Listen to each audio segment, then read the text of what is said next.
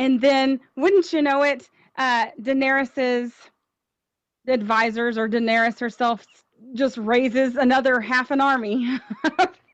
So So over in the chat, Andrew points out that Edmure Tully is Jeb Bush. That's pretty good. That is. Please clap. Guys. Yeah, please clap. Right. Yeah. And let's see. Eric Chance says, isn't the US government just a Game of Thrones? I would say no, because it's, well, yes and no. I mean, the people who felt like the ending of the show was the political system is way different, I don't think those people were really paying that close attention. Like, it's different in the sense of you don't have a king who then his heir takes over when he dies. It's more, I mean, yeah, who takes over is different, but it's still confined within the High Lords. The process is different. The Yes. power elite are the same. The power elite are still the same. I feel like some people kind of lost that in the translation. It's the perfect thing that the power elite love to do, which is, hey, we're going to let you guys vote. You're going to get to pick your master, right? Because you've got freedom. And really, you don't get any benefit from that. It's, the same shit, different pile. But you think it is. It's different. It's different than it was before. We don't have a king. We have a president. We've got freedom, my friend. So, yeah. My friend John Zwingle says, like being satisfied with the ending of The Sopranos, it was appropriate. It was the right answer to the story. Same here. So my friend John's literally retarded. That's sad news for everyone involved. We'll make sure he gets the help he needs. I want the SpongeBob meme. Yeah, to do that. Yeah. Exactly right. We still love you, John. So I saw some people commenting, like, between the he's laughing. That some people commenting between the show and the books is that just for the sake of argument, like let's try our best to stay within the show universe, because even I would argue that even within just the show universe, no. The Call to Freedom is coming up next, live after the news on the Liberty Radio Network at LRN.FM. This is the Liberty Beat, your daily source for liberty news and activist updates. Produced in partnership with SNLS News and listeners like you. Online at libertybeat.news and snls.news. I'm Mick Murrow with your latest edition of the Liberty Beat. Gold is trading at $1,278. Silver at $14.46. And Bitcoin is trading around $7,787. Today's prices are brought to you by InnoScale. Take off with Managed Cloud. Looking for a safe, secure way to store your important files online? Let InnoScale handle it for you. Their high-availability cloud servers are the perfect solution for clients needing one or more secure, scalable servers with built-in hardware failover protection. For details, see them online at innoscale.net. In the news, in a move slammed as completely unprecedented, Ecuador has started giving the United States the personal possessions of WikiLeaks co-founder Julian Assange. Assange's lawyer said the move was completely unprecedented in the history of asylum. Ecuador's foreign minister, Jose Valencia, authorized the seizure of Assange's manuscripts, legal papers, medical records, and electronic equipment earlier this month. The Mind Unleashed reports that the 47-year-old Assange is accused of participating in one of the largest ever leaks of government data, as well as a charge of conspiracy to commit computer intrusion in the U.S., for allegedly helping whistleblower Chelsea Manning infiltrate government computer systems, which could land him in prison for up to 5 years. Separately, Assange may face a move to extradite him to Sweden on revived rape allegations, for which he sought refuge in Ecuador's embassy in 2012, where he remained until his arrest on April 11th. While the rape charges were dropped in 2017, on Monday, prosecutors renewed their request to hold Assange on suspicion of raping a woman in 2010 at a WikiLeaks conference in Stockholm.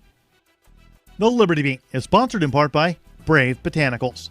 High-quality kratom and CBD at reasonable prices with excellent customer service. Brave Botanicals is activist-owned and mission-driven, and believes so strongly in the power of kratom, they're giving it away for free. Just go to freeounceofkratom.com for a free ounce of kratom delivered to your door. Just pay shipping. That's freeounceofkratom.com. This is the latest edition of the Liberty Beat. Find us online at libertybeat.news and snls.news. Your news now continues. Following the illegal seizure by U.S. authorities of the Venezuelan embassy in Washington, the group of activists who lived in the building for 37 days, protecting it from such a seizure at the request of the democratically elected government of Venezuela, is escalating tactics. Mint Press News reports that in many ways the fight of the Embassy Protection Collective revealed the extreme tactics the U.S. government is willing to resort to in order to achieve its foreign policy objectives. Only in this situation they were weaponized against American citizens, as opposed to foreign, usually black and brown nations. In Syria, the U.S. government relied on the use of jihadist proxy forces to try to oust President Bashar al-Assad from power. In addition to taking the battle to the courts, groups that participated in the Embassy Protection Collective plan to hold a protest outside the United Nations before the General Assembly reconvenes on September 17th. Captured on surveillance video using excessive force against a man for sitting on a bench, a Metro police officer resigned on 2016 to avoid termination. However, Officer Jairus Warren last week was convicted of assault with bodily injury and sentenced to jail. A judge sentenced Warren to 2 years probation and 30 days of jail time. He would also be forced to wear an ankle monitor during that probation period, according to the Free Thought Project. Around 7:30 on the morning of September 14, 2016, a surveillance camera recorded 2 Metro police officers confronting a man at a train platform. Sitting on a bench, the man remained seated while calmly talking to the cops. For no apparent reason, Officer Warren suddenly pulled out his collapsible police baton as he continued speaking. Despite the fact that the man did not attack the officers, Warren immediately extended his baton and struck the man across the face. Support for the Liberty Beat comes from the Conscious Resistance Network, featuring videos, news reports, and articles from a spiritual anarchist perspective. Experience the Conscious Resistance at theconsciousresistance.com.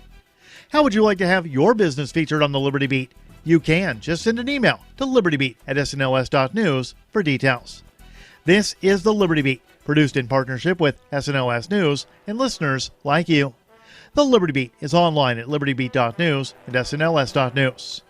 I'm Mick Murrow, reporting for the Liberty Beat, reminding you, spread liberty with a smile.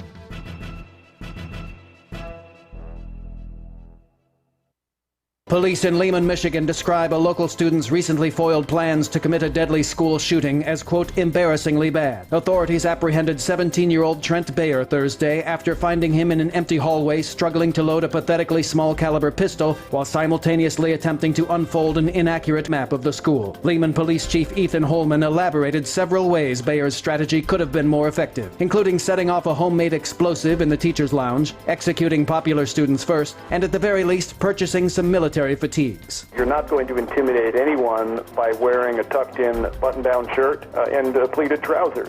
In other news, a jar of change on a dresser is sadly factoring into a number of financial decisions. A teen zebra doesn't give a shit how much you honk, it's not getting out of the road. And Dad's new 20-year-old Thai boyfriend really sucks at categories. And don't forget to never ever drink Pepsi Cola, whose dipshit marketing team backed out of a full-page ad buy at the last minute. For more news, visit theonion.com/newsbeat.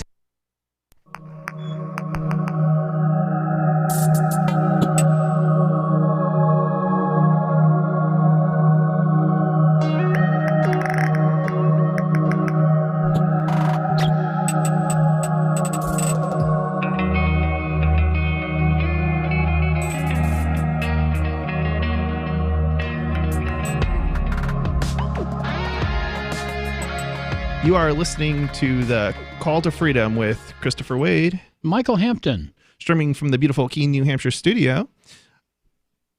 So we've got some stories today on whale sex, and apparently John McAfee is in favor of it. So we're gonna get into that story right away, and then we're gonna coming up. We're also gonna actually cover a story about 3D printed guns. Apparently they're back, and this time they are unstoppable. Well, they were unstoppable the first time. Yeah, I'm not really sure what's changed, but I guess there's more decentralization going on. Yeah, you now. couldn't stop the 3D printing the first time. How do you? Yeah, what are they on about? I don't know. Well, I think what they're saying there is they more or less stopped Defense Distributed by arresting the guy who was running it, and now they're saying their organization is unstoppable because it's distributed, and you can't just arrest one guy and put them out of business. That's how I interpreted that article. This is Rich Paul or nobody just sitting in, by the way.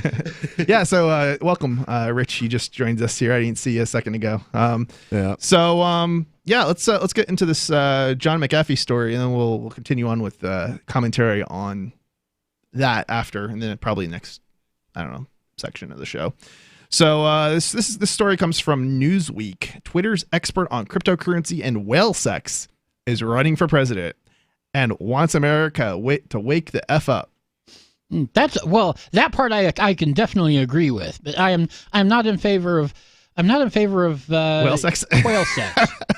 At least not for humans. Yeah, so if you're a whale, go ahead and have all the whale sex you want. Don't you support a whale's right to choose, though? I mean, what if the whale wants human? Well, in that case, be my guest. So, just don't do it in my swimming pool. You pool. have to find a consenting whale. I think this is kind of John McAfee's argument on like why he favors having sex with whales. It's because it has to be consensual, because you're talking about a creature that can wipe out an entire ship. Like, so if it lets you have sex with it, it's got to be consensual. Yeah. Yeah, anyway. Well, it's the same thing with apes. They were always saying, AIDS came from monkeys. People were having sex with monkeys in Africa. It's like, no, nobody is having sex with a monkey that doesn't want it to. What's happening is people are killing and eating monkeys, and that's how the virus is transmitted. That does seem like it would make more sense to me, but again, there are people who are into that kind of thing. We got into a story. How long do they live, my brother? I don't know. Not very. We got into a story like, I don't know, a couple weeks ago about how something about like having sex with dogs or something. No, let's just not go there again. Yeah. I wasn't going there again. Like that when I was in jail. Well, were you here for that one? No, you weren't here for that one. And we were talking about how you should be here because, tell us that story. Okay, so I'm sitting in jail, minding my own business, and are we on regular radio or? I think not. Or yeah, I think it's like pirate radio or something. We don't have to. We don't want to have to use the dump box if we can avoid it. Okay, well, if the dump box is in use, then I'll phrase things differently. Yep. Okay. Okay, so I'm in jail, and a dog lover gets put into my cell. And he actually made the McAfee argument. He said the bitch consented. So and I laughed at him as just about anybody would when they made that statement. But then he said, have you ever given a dog a bath? And I said, yeah. And he said, well, could you tell whether the dog wanted to be washed? I was like, oh yeah. Yeah. Sometimes they're just fine, and sometimes they're fighting and trying to get away. And he said, well, you can tell the same way. Yeah, I can't say that I've ever given a dog a bath, but I've seen a dog get in a bath, and I don't know if that's all the time with every dog, but I can certainly say they can definitely not consent to something if they don't want to. And it's not that way with every dog. I had my dog Tika trained to the point where if I was in the shower, I'd call her. And I'd have to call her like 3 times before she'd jump in the shower with me, but then she'd jump in the shower with me and I'd give her a bath.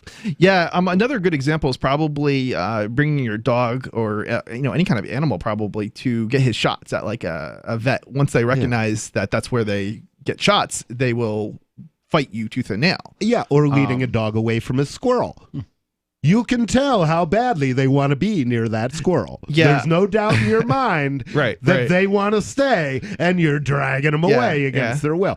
So his statement is not implausible. But the real message of the story, though, the thing that makes it a teaching story, hopefully the dog sex helps people remember it. This guy's roommate was murdered, not by him, or as far as we know, by a random other guy.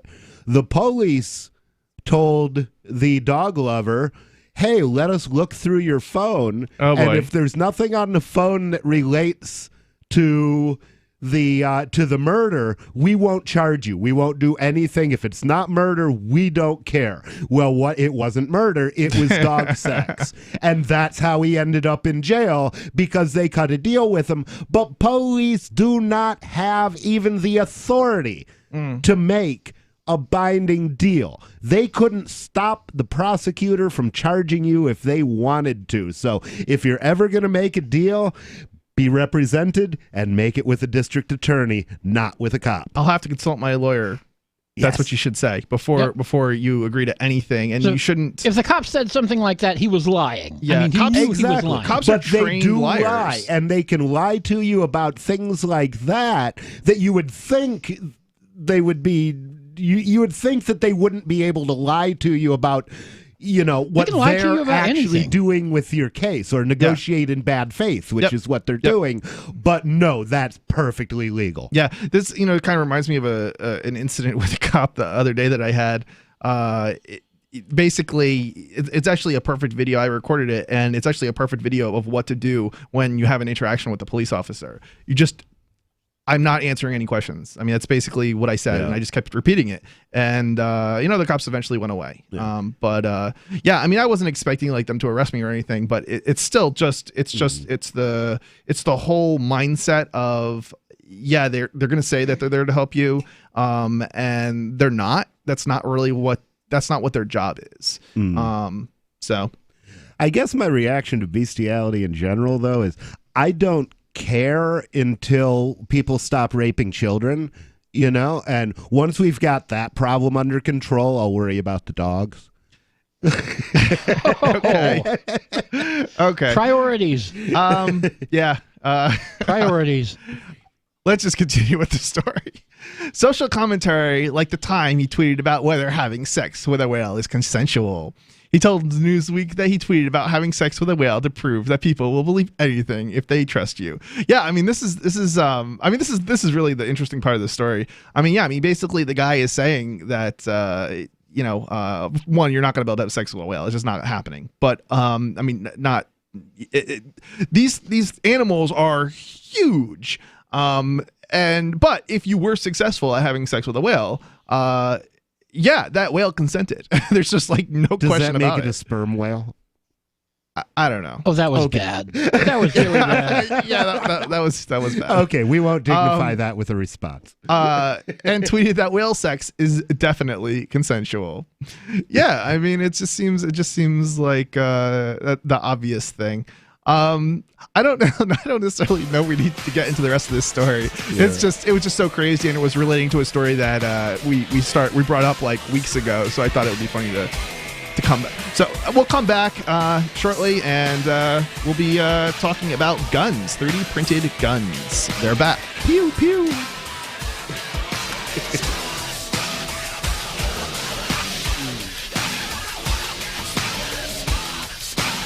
I think we're on Call to Freedom. Did you say free talk? Did you know you can legally exit the U.S. federal income tax system? Well, it's true, and thousands of American nationals are doing it. The 16th Amendment and the Internal Revenue Code are legal, but only in a limited jurisdiction. This is the basis behind the voluntary nature of the income tax. Learn the exit strategy provided by Congress. Find out more by visiting weissparis.com and watch our numerous videos. That's WEISS Paris.com. The Free State Project has reached its goal of 20,000 liberty lovers who've pledged to move to New Hampshire and get active to achieve liberty in our lifetime. Perhaps you're trying to figure out what part of New Hampshire should be your destination. If so, consider Keene. You'll find more than 150 reasons to move to Keene at move.freekeene.com. Keene is famous for its historic, publicity-generating activism, as well as being the liberty media capital of the world. It's home to freekeene.com, New Hampshire's destination for liberty activism, news, and opinion. For years, we've been compiling over 150 reasons to move to Keene at move.freekeene.com, where you'll learn about some of what's happening here and what makes Keene a great place to live. If you love liberty, you'll probably enjoy anywhere you end up in the Shire. But do your due diligence first. Please visit move.freekeen.com for the full list of over 150 reasons to move to Keene. That's move.freekeen.com. LRN.FM is proud to announce our official listening apps for Android and iOS devices. Now you can easily tune into our streams anywhere, anytime on your smartphone or tablet.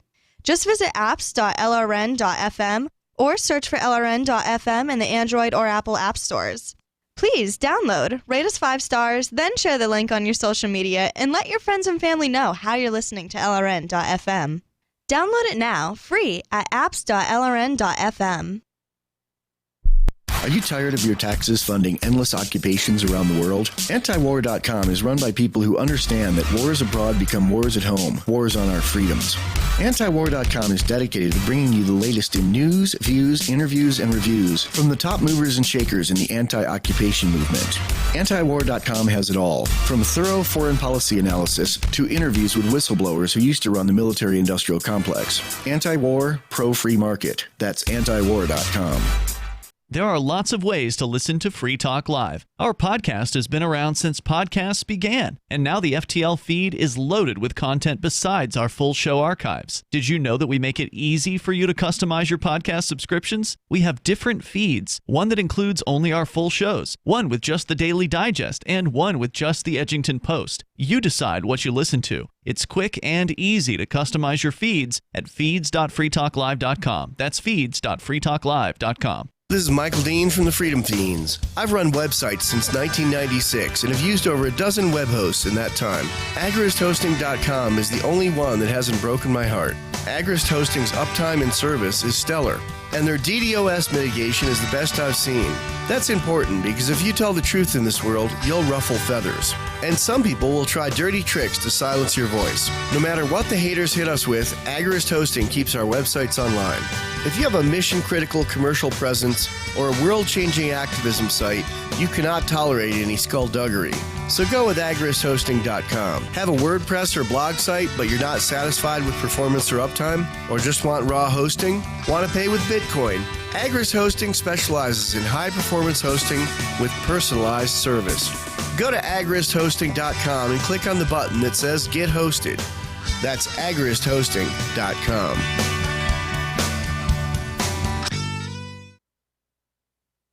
You're listening to the best liberty-oriented audio streamed around the clock, on the air, and online. This is the Liberty Radio Network at LRN.FM.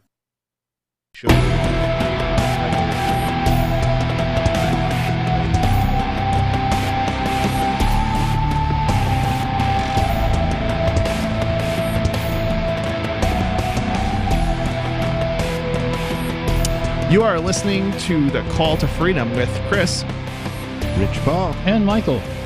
So the number here is 603-283-6160. Give us a call and you can get on the show and join the discussion.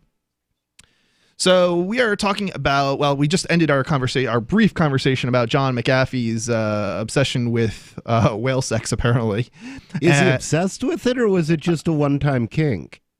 Yeah. Because some kinks just get out of your system once you've done it. Yeah, I think it was probably a one-time kink for him. I didn't get the impression that he's regularly having whale sex with.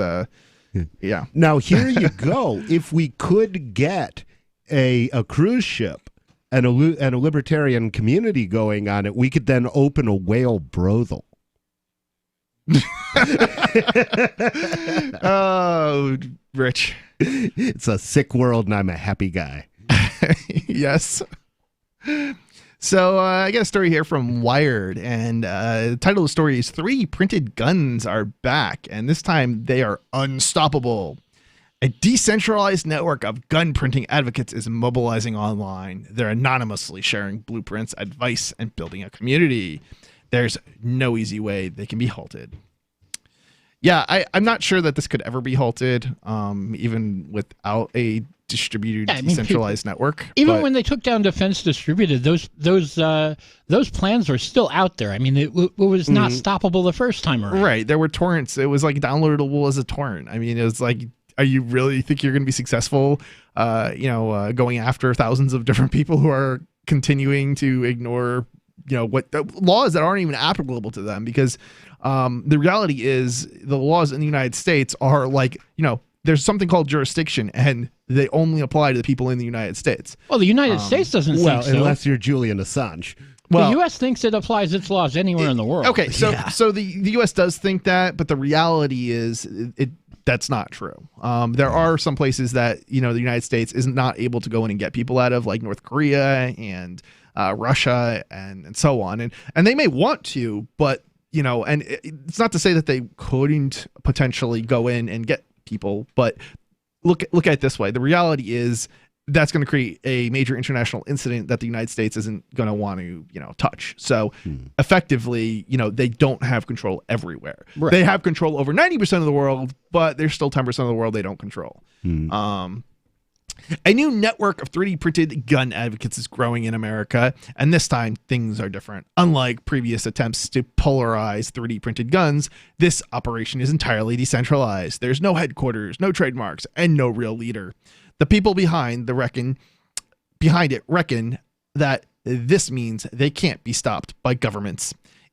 If the government, were to come after me, they'd first have to find my identity, says Ivan the Troll, a member of the group.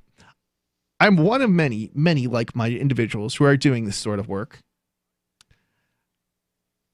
Known only by his online monkey gear, Ivan the Troll is the de facto spokesman of an underground wave of 3D printing gunsmiths. I'm wondering how this is actually. Have either of you guys read this story? No. I have. So yeah. I'm just wondering, how are they actually, decentralized or distributed or whatever? It says later that they use a combination of Signal, Telegram. They're even distributing their communications channels, which on the one hand, it's not 100% efficient, but the nice thing about it is the government can sue Telegram, or the government can sue Signal, or the government can sue, whatever other channels they use, but it doesn't have time and money to sue all of them. Gotcha. Ivan says he knows of at least 100 people who are actively developing 3D printed gun technology. Yeah, I guess that basically means that they're not really using. I don't know. I guess were some of them distributed? I don't usually. Certainly, IRC is not distributed. That's a centralized thing. You connect to specific servers and you create chat rooms. Telegram. Well, it's polycentric. It's like Mastodon, in that anybody can set up an IRC server. So yeah, that's true. If you're running your own IRC server on your own box, the government's going to have a hard time shutting you down. Right, and certainly just distributing yourselves amongst different types of services and servers is decentralized. I would argue that is decentralized. But so hosting your own website as opposed to hosting on somebody else's server, for example, Facebook's probably the best example. Not using Facebook and setting up your own server to do basically the same thing as Facebook. And he claims that there are thousands taking part in the network. So, that's interesting. They're calling it a network. If it's decentralized, as being described, is that really a networking? Network? Is also a business term. Okay. This loose-knit community spans across the whole world. Yeah, that's no duh. They communicate across several digital platforms, including Signal, Twitter, IRC, and Discord. So I don't know, these all. I don't know about Signal, and I'm not sure exactly what this. Well, Twitter certainly could shut you down. IRC, they could shut that. Could probably easily be shut down. Discord, I'm not sure about Discord and Signal. I know Discord is maintained, at least the software, by a central entity at a minimum. I don't know so much about Signal though. Yeah, there's nothing you can do about Signal. That's really not. There's no central authority of any type there.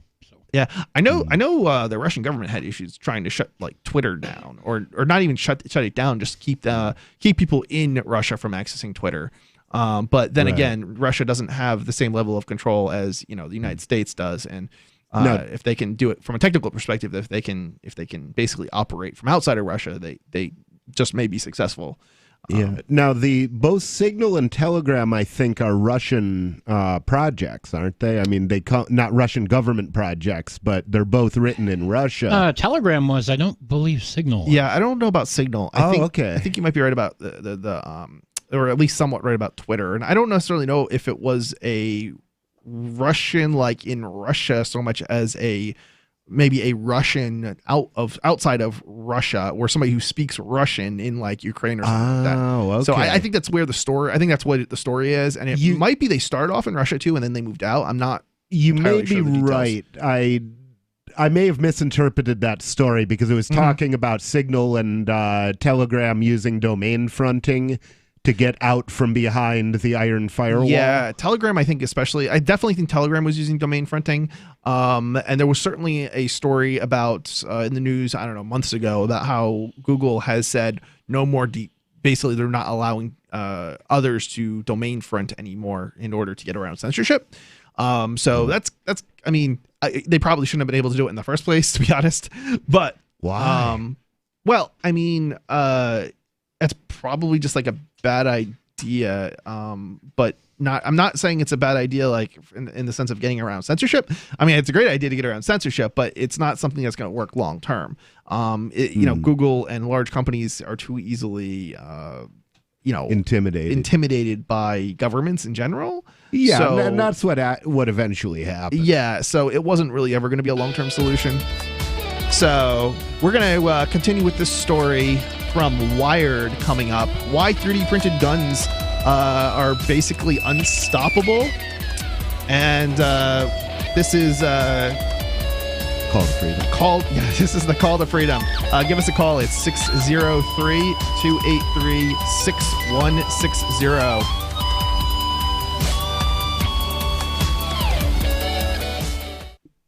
We have some good news. The indictments against Ross Ulbricht in the District of Maryland were dismissed with prejudice, meaning they can never be refiled. This is especially good because those indictments contain the only charge ever made that Ross engaged in murder for hire. This was a serious allegation that Ross Ulbricht denies. It was never prosecuted or ruled on by a jury, but was trumpeted by the federal government and the media as if it were proven fact. The Maryland court held these indictments for almost 5 years, poisoning Ross's case and leaving him under a cloud of unproven allegations.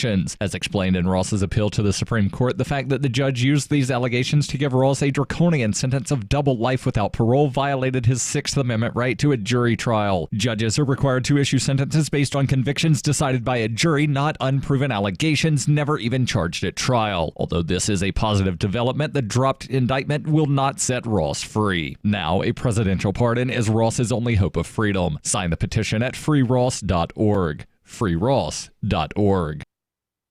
There are basically two types of advertising: direct response and branding. Radio's great for direct response with its low cost to listener ratio, but audio can't be beat for branding, which is a longer term endeavor. You want to be the first thing that someone thinks of when they think about your product or service. If you have a local business that you want kept top of mind in your community, call the station. If you need national reach, Free Talk Live's got around 200 radio stations, millions of monthly listening sessions, can suit all budgets, and if we don't think we're right for you, we'll tell you. Email me, mark@freetalklive.com.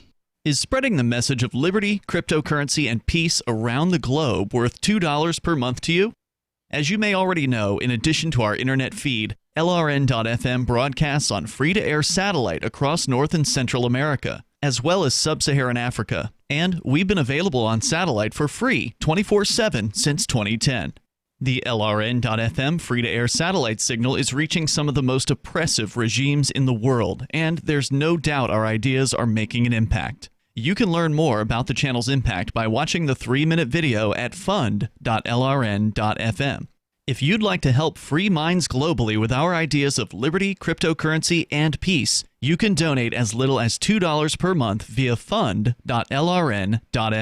You can help us continue and expand our satellite broadcast to multiple continents. Visit fund.lrn.fm today, and thank you for your help. Don't forget to share the link on social media. That's fund.lrn.fm.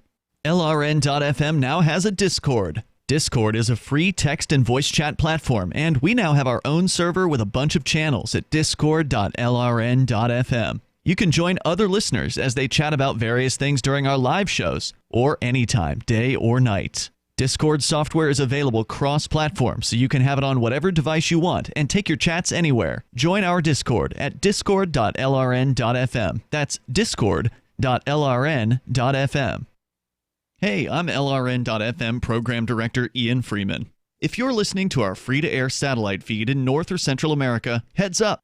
We've been on the Galaxy 19 satellite since 2010. But now our satellite provider is moving LRN.FM to a new channel on a different transponder. The current channel will stay on the air until the end of May to give you time to transition without any loss of service, so don't delay. I've posted the new channel details at sat.lrn.fm, but in case you're listening with no internet access, if you do a blind scan on your receiver, you should see the new channel at transponder 6, 11.8425 GHz, horizontal polarization, symbol rate 22,000, FEC 3/4. All that information is at sat.lrn.fm, as well as a link to our Patreon, where you can support our channels for just $2 a month. Visit sat.lrn.fm for more information about our international satellite channels, and thanks for listening to LRN.FM.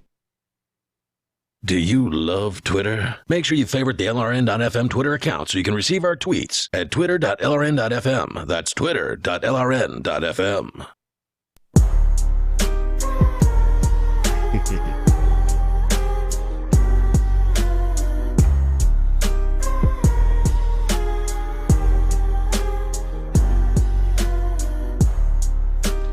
You are listening to The Call to Freedom with Chris, Rich Paul, and Michael.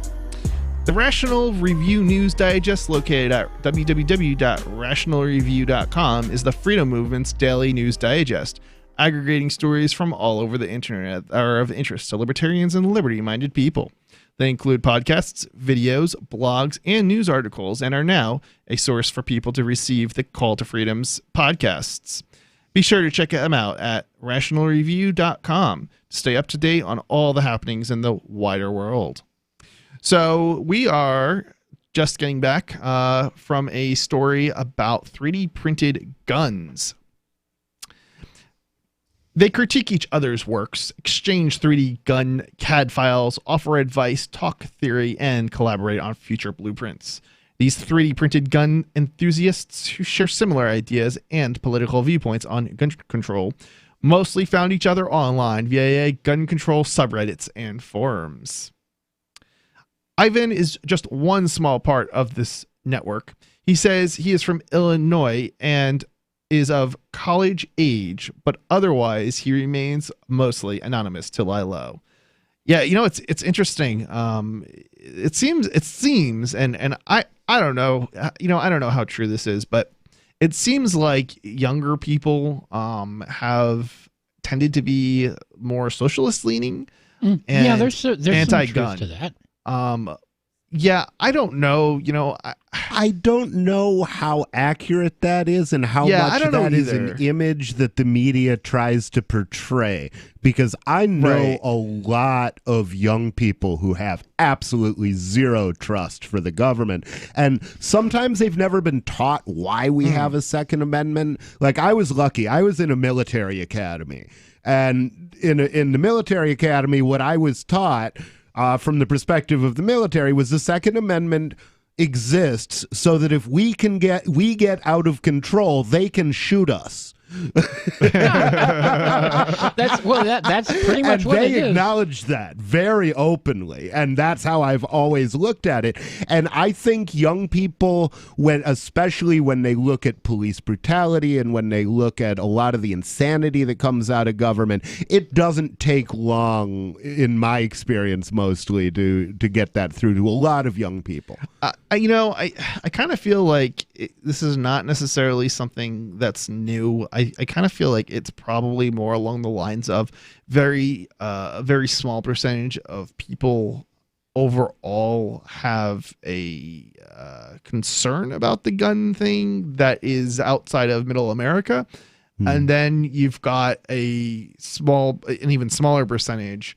And I'd say probably, like, I don't know, maybe 50% of the population, right? They're pro-gun. And then you've got a smaller percentage of America that is, I would say, pro-gun, but they're more of a freedom mindset, a libertarian mindset. And I think we just have so few people of that, mindset, at least the libertarian mindset, that and because the middle America it's kind of shrinking, that we are getting, at least to some degree, people and people on the left are kind of being successful at basically spreading their propaganda, that there is a greater percentage of a student population that is, coming out against guns that hasn't really in the past. But I don't necessarily know how much is really changing and whether or not, is that going to be something that stays with them, the rest of their life? Or is this something that, maybe they'll have a different perspective on in a few years when somebody's not telling them what to say? Or is it just teachers doing AstroTurf? Because they had one April 20th, I was out at the New Hampshire State House, and they had a student protest against gun rights. The funny thing is, there wasn't a single student there. Oh, really? That's funny. It was a teachers union event. It was nothing else. Interesting. It seems like when you have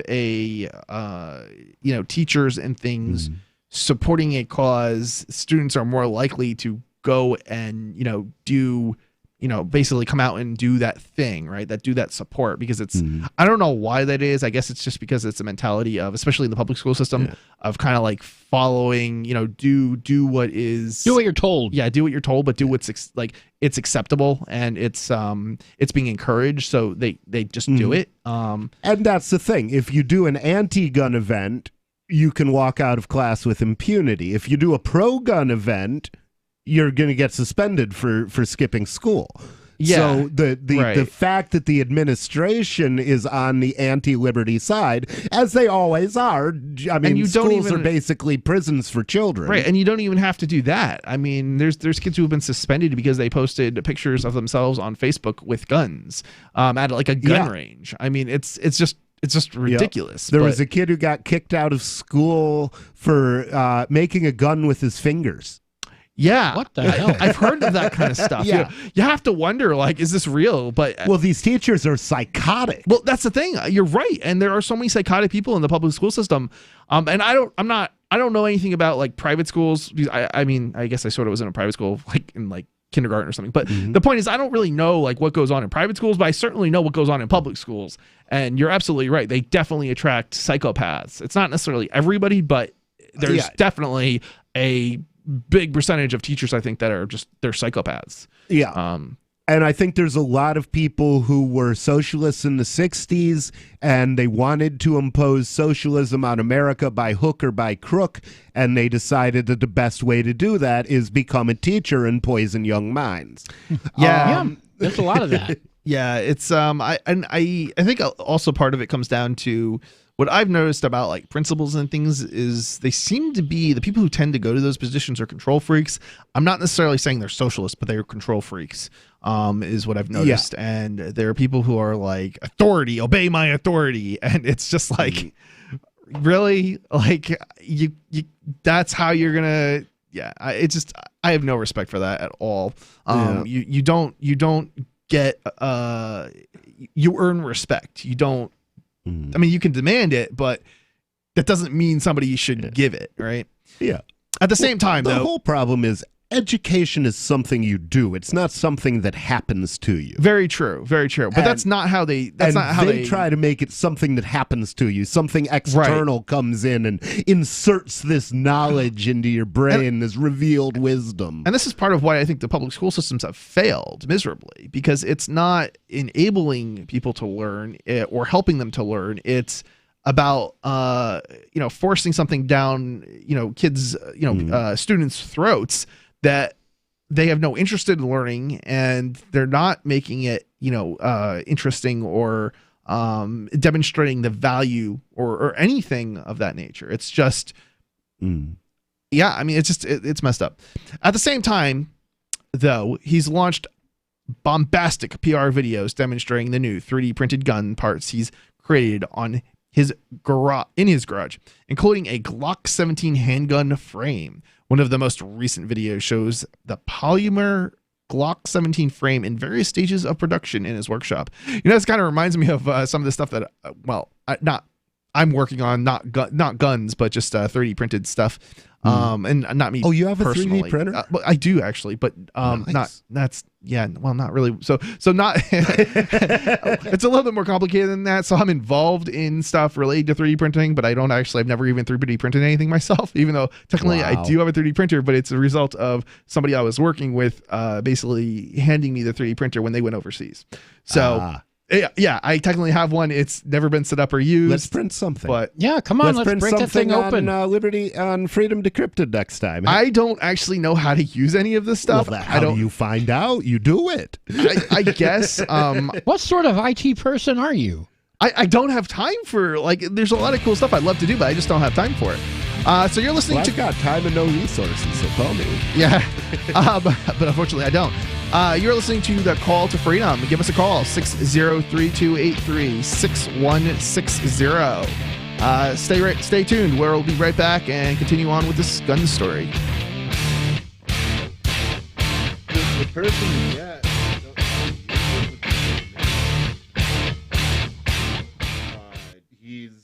What do you shop for that you could otherwise buy at Amazon? Pretty much everything, right? Amazon has competitive pricing and they deliver, and that's a big plus. If you could plan ahead in your shopping, would you be interested in saving up to 33%? There's a catch. You have to do your shopping in Bitcoin. But imagine those savings. It's like a huge raise. All you have to do is go to saveitpurse.com. We've saved thousands, and you can too. Plan ahead and save. SaveItPurse.com. House of Representatives Bill 323, the IHOP should stay open all night so we can get some Pancakes Act. This bill was submitted for immediate review very late last night under the provisions of the National Emergency Legislation Act. Can we dim the lights? It's really bright. H.R. 323 would, by federal order, require all IHOP restaurants to, quote, remain open 24 hours effective right this minute, even if some manager has to get out of bed and drive down here to start making some pancakes. Well, we stand by the bill. Right. We wrote it, apparently. This bill would also require the federal government pay to build a tram or monorail or whatever connecting the Black Sheep Pub on North Capitol Street to all IHOP restaurants. I think in the we made city. some illustrations. The bill gives the estimated cost of the tram as probably not even that much. You are wasting my time and the time of this committee. Excuse me, I gotta go. What, Congressman? This committee is still in session. You can't. This is the Onion News Network. The LRN.FM social media channels have been revamped. We've eliminated Facebook and focused on other platforms like Twitter and Mastodon, the decentralized alternative to Twitter. On our accounts, you'll find posts from multiple LRN.FM show hosts together in one place. Follow us on Twitter at twitter.lrn.fm, or better yet, move to the decentralized Mastodon social media platform at toot.lrn.fm, toot.lrn.fm. I think you'll like it.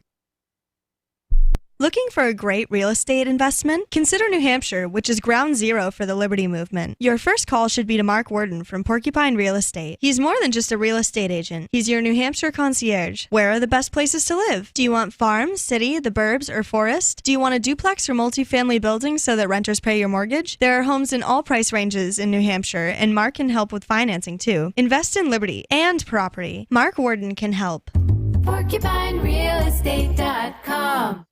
Imagine someone in your community getting in their car, turning on the radio, and hearing the Liberty Radio Network. You can make that vision a reality with your own micro radio station. Visit broadcast.lrn.fm to learn how you can put our programs on the air in your area. You can have LRN.FM running around the clock, and you can even add in your own local shows. Building a radio station is simple, but programming isn't. That's where LRN.FM comes in. Learn more at broadcast.lrn.fm. That's broadcast.lrn.fm. Would you like to hang out with Penn Jillette? He's keynoting Freedom Fest this year. I, for one, am thrilled. Freedom Fest is the largest liberty-oriented gathering in the world. They take a Big Ten approach with libertarians, conservatives, liberals, anarchists, and just open-minded people mingling together to hear real debates, share real solutions, and converse freely. This year's theme is the Wild West, a time of liberty and opportunity, or a time of anarchy and violence. Maybe both. Go to freedomfest.com/FTL and get your tickets now. Freedom freedomfest.com/FTL. Not convinced yet? Hey, I understand. It's a high-end event, even with coupon code FTLEB. Sure, you're likely to receive investment advice that'll make that sum seem paltry, but I have something special for you. Go to freedomfest.com/FTL and you'll get the 5 best speeches from last year for free. Call it a test drive. Do yourself a favor and go to freedomfest.com/FTL. freedomfest.com/FTL. Use coupon code FTLEB for a discount.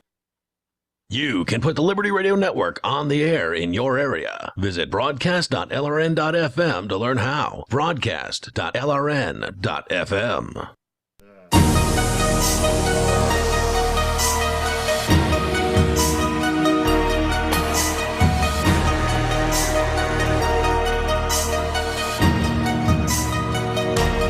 You are listening to Freedom Decrypted with Chris. What? The nobody formerly known as Rich Paul. And this is called A Call to Freedom. Oh, my bad. Yeah, you're listening to the Call to Freedom. What did I say? Freedom Decrypted? Liberty, yeah, Freedom Decrypted. Yeah, sorry guys. That's my main baby. So if you haven't heard of Freedom Decrypted, check us out. It's basically a show that Rich and I do. It's a tech show. It's a Freedom Slanted tech show at freedomdecrypted.com. We air on Saturday live at 5 p.m. Eastern to about 8. And yeah, we talk about everything tech. A bunch of this, actually, the kind of stuff we're talking about right now is exactly the kind of stuff that we do on Except Freedom Decrypted. Freedom Decrypted, I'm more I'll delve deeper into the technology. Yeah, definitely. I assume a little bit more technical knowledge on our listeners over there. Yeah, we definitely delve a lot deeper, and we cover a lot more stories. And there's not so much advertising and so on the show as well. So it's like, you really we got like 4 minutes of advertising in a 3-hour show. Yeah. So if you're not a big fan of advertising, definitely it's a good show to watch. No, you got to pay the bills, right? Yeah, we do. And my company, Think Penguin, sponsors the show, and so does Liberty Minded, which is a libertarian t-shirt company, basically. So lots of good t-shirts. So here we go. Have sex with prostitutes and then arrest them, bust people for drugs, and then sell the drugs on the side for a nice little bonus. If you've ever wanted to enjoy the power rush of being a cop without all the paperwork, then you should try the Thin Blue Line game, which can be found at thinbluelinegame.com. It's the only card game in the world that allows you to shoot someone over a broken taillight and then escape accountability with the magical phrase, "I feared for my life." You know, the typical cop stuff. Get it now at thinbluelinegame.com. Assault and battery is not included, but for a limited time, you can order your copies and use the coupon code CTF to have all shipping costs waived. So go get it. That's thinbluelinegame.com. Anyone can make it. Live free or die, and go ahead, try to stop this, you filthy statists. Now, does that not sound like a libertarian? It sounds like something I might say one day. Oh, yeah. I mean, especially the last one. Go ahead and try to stop this, you filthy status. The status is the key word here that is striking, as this guy has definitely got to be a libertarian. He's also uploaded the complete CAD reference model designed for a 3D printed AR-15 assault rifle to his file sharing space online. Yeah, I mean, it would be great if he moved to New Hampshire. This is exactly the kind of people we want. We should reach out to this guy and pitch him. Yeah, I mean, I don't know. Yeah, I don't know exactly. I don't know how to reach out to him, but yeah, if they give his Twitter handle. Oh, did they? Yeah. Get him. I'm not on Twitter, but if you're on Twitter, go ahead and reach out to him and see if he's heard of the Free State Project or the migration movement in general. It's clear Ivan is trying to provoke his detractors as much as possible. In February, that's terrible. I know, right? In February of this year, Ivan and his group decided to name themselves Deterrence Dispensed. It's got to be. Doesn't it sound kind of like? Yeah, that's a play. That's a play on Defense Distributed. Yeah. Which is a tongue-in-cheek nod to the notorious Defense Distributed, a 3D printing gun company formerly run by a Texan crypto anarchist, Cody Wilson. In September 2018, Wilson, 30, was arrested and charged with sexual assault against a minor. Yeah, apparently some girl tricked him into having sex with him. It was like 17, I think. And prostitute. Yeah, some prostitute basically, and then they made a big issue over like nothing. He is alleged to have paid $500 to have sex with a girl in his home city of Austin, Texas. Needless to say, his arrest effectively took Wilson out of the 3D printed gun world entirely. Are hookers really that expensive in Texas? Or they are if they're 16. Well, okay, so wait a minute. We need to back up a second. So are we the one who framed it as hookers? Because technically she's not a hooker. So the way it works is he paid her for sex after they had sex, basically. So it's a prostitute is somebody who you pay for sex before, and you would come to some sort of agreement on the amount. So there was no agreed. Do they kick them out of the hookers union if they don't get the money in advance? I don't know.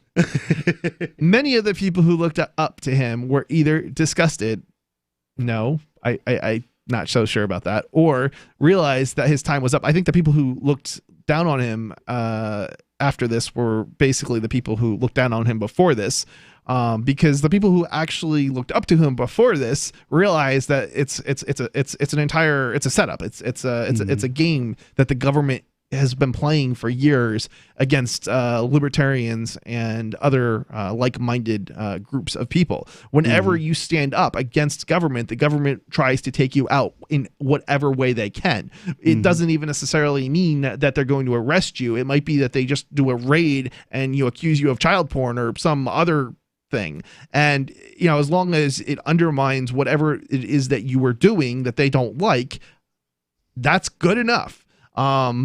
And if you keep doing it, well, they'll find something else to go after you for. It's basically it's their status. It's a status standard operating procedure.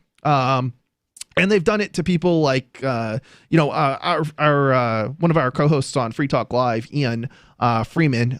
They've done it to a bunch of there's a bunch of people here in New Hampshire they've done it to in the libertarian community, but they've also done it to people like Julian Assange who was in the Ecuador embassy in the UK. If you speak up too much against the government, there's probably a sex crime charge in your future. Yeah, Apple Jacob Baum. I don't know for those who know him, not so much maybe in the libertarian circles. Jacob Applebaum, but definitely in the tech circles. He basically he may not have been the nicest guy in the world, but he certainly didn't do what he was supposedly anonymously accused of, and it basically came out that nothing that was said was true, and it was basically all lies. Yeah, and this is funny because this is from actually the people who supposedly made those statements. They basically fabricated these sex claims against him based on real things that happened, but they did not happen the way they were purported. And it was basically something along the lines of he has some sort of sex kink or whatever, and this girl, the only story that had any like legitimacy to it was he apparently invited this girl to a party, some sort of kinky sex party, and then she regretted it later, and the girl never even wanted, and when I say girl, I don't mean underage or anything like that. But I guess later she regretted it, and so she never wanted to press charges or undermine Jacob. So like the entire thing, and then they made it sound like there were all these people accusing him of sex crimes when that wasn't at all true. So it was a very clear, clear target by some unknown party. I wonder who that unknown party was. I can only speculate, but I think it's fair to say it most likely was the government. And they successfully got him fired from the Tor Project. And the Tor Project is a U.S. entity with, I think, 30, I think there's 30 people basically part of the Tor, the core Tor project that are paid. Sounds about right. And I've known, I knew one of the people personally who worked there for a short time. And so he stepped down from Defense Distributed, which was before seen as the driving force behind 3D printed guns since it launched in 2012. I think you may be giving him a little bit too much credit. 3D printed anything is not a one-man operation. He was the one who was most public, I think, but that doesn't mean that there wasn't a huge community behind 3D printed guns. It was just a matter of time anyway.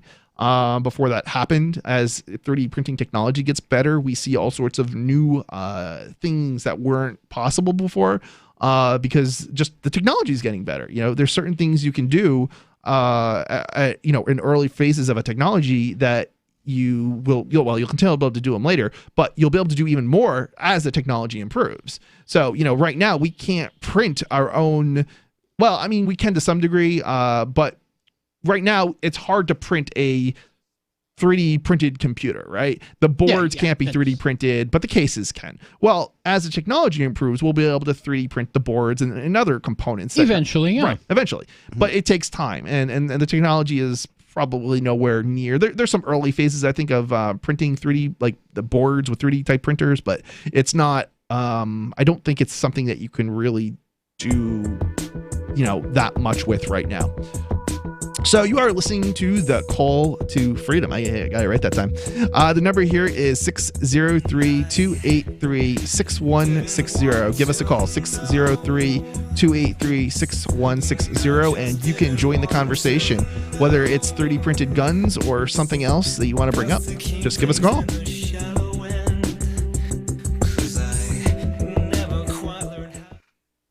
This is a special alert for business owners, consultants, coaches, folks planning retirement, entrepreneurs, and anyone who is saving and investing to build a financial future. You are likely aware that financial privacy for most people has recently died a miserable death.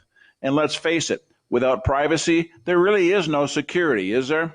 Bankrupt governments and banks on the verge of collapse are perhaps the biggest threat to your financial future today. The Lighthouse Law Club recognizes this and has been working diligently to provide safe, secure, and productive tools to ensure your privacy, your financial security, and your future financial well-being, despite the catastrophes which many people fear are looming ahead of us.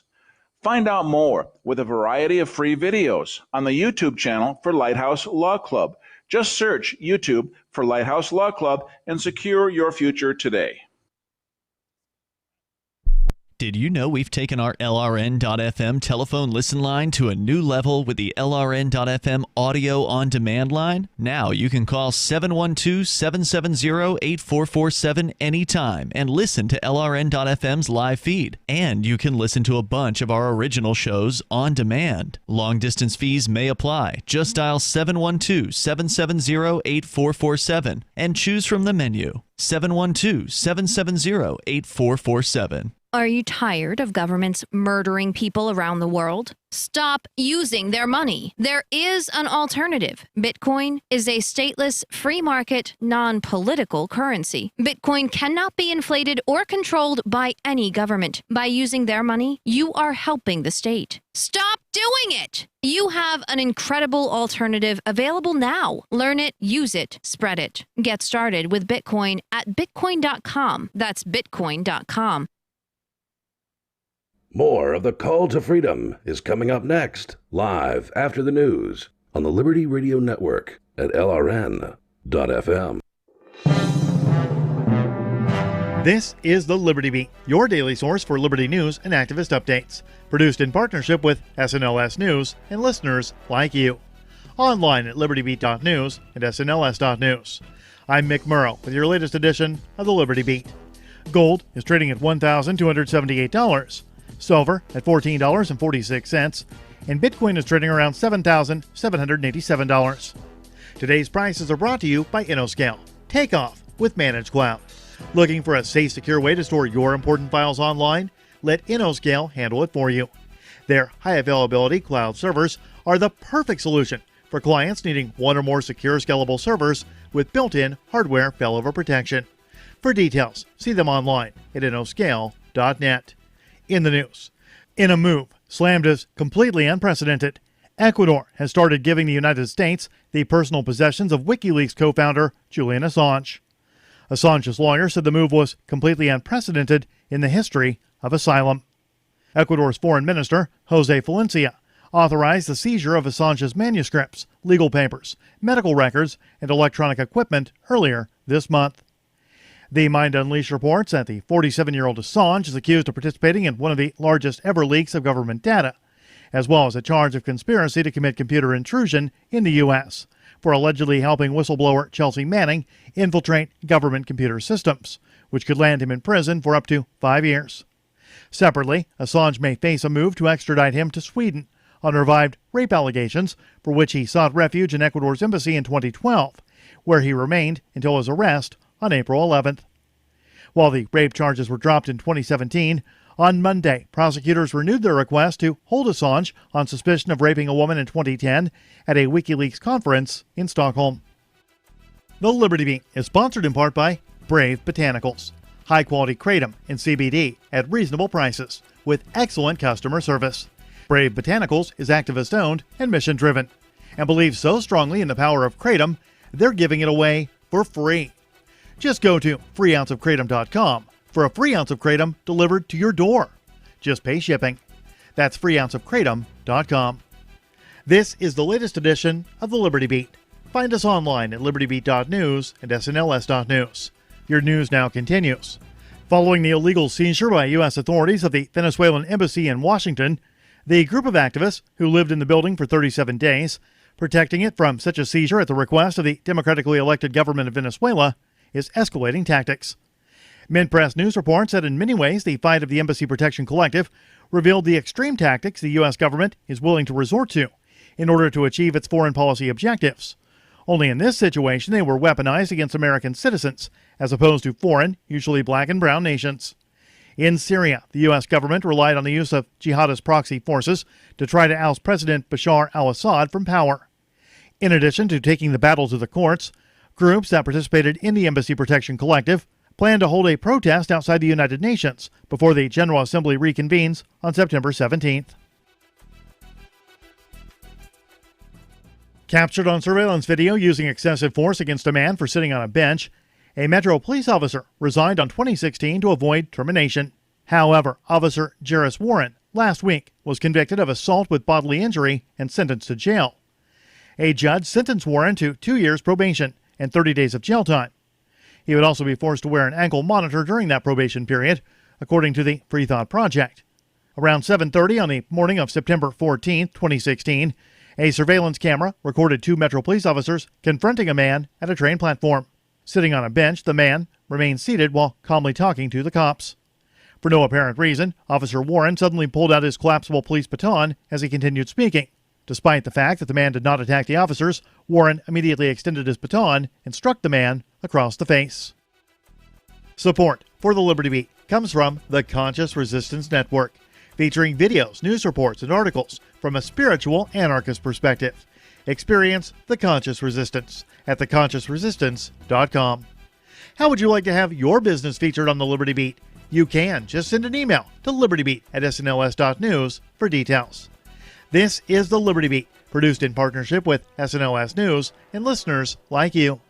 The Liberty Beat is online at libertybeat.news and snls.news.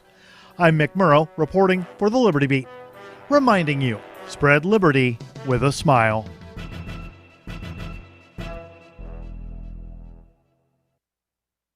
From the creation of the Bible in 1912 by a struggling Baltimore book salesman to the day in 1493 when Christopher Columbus and his crew looked back on their voyage and realized what they truly discovered was themselves, The Onion looks back at This Week in History.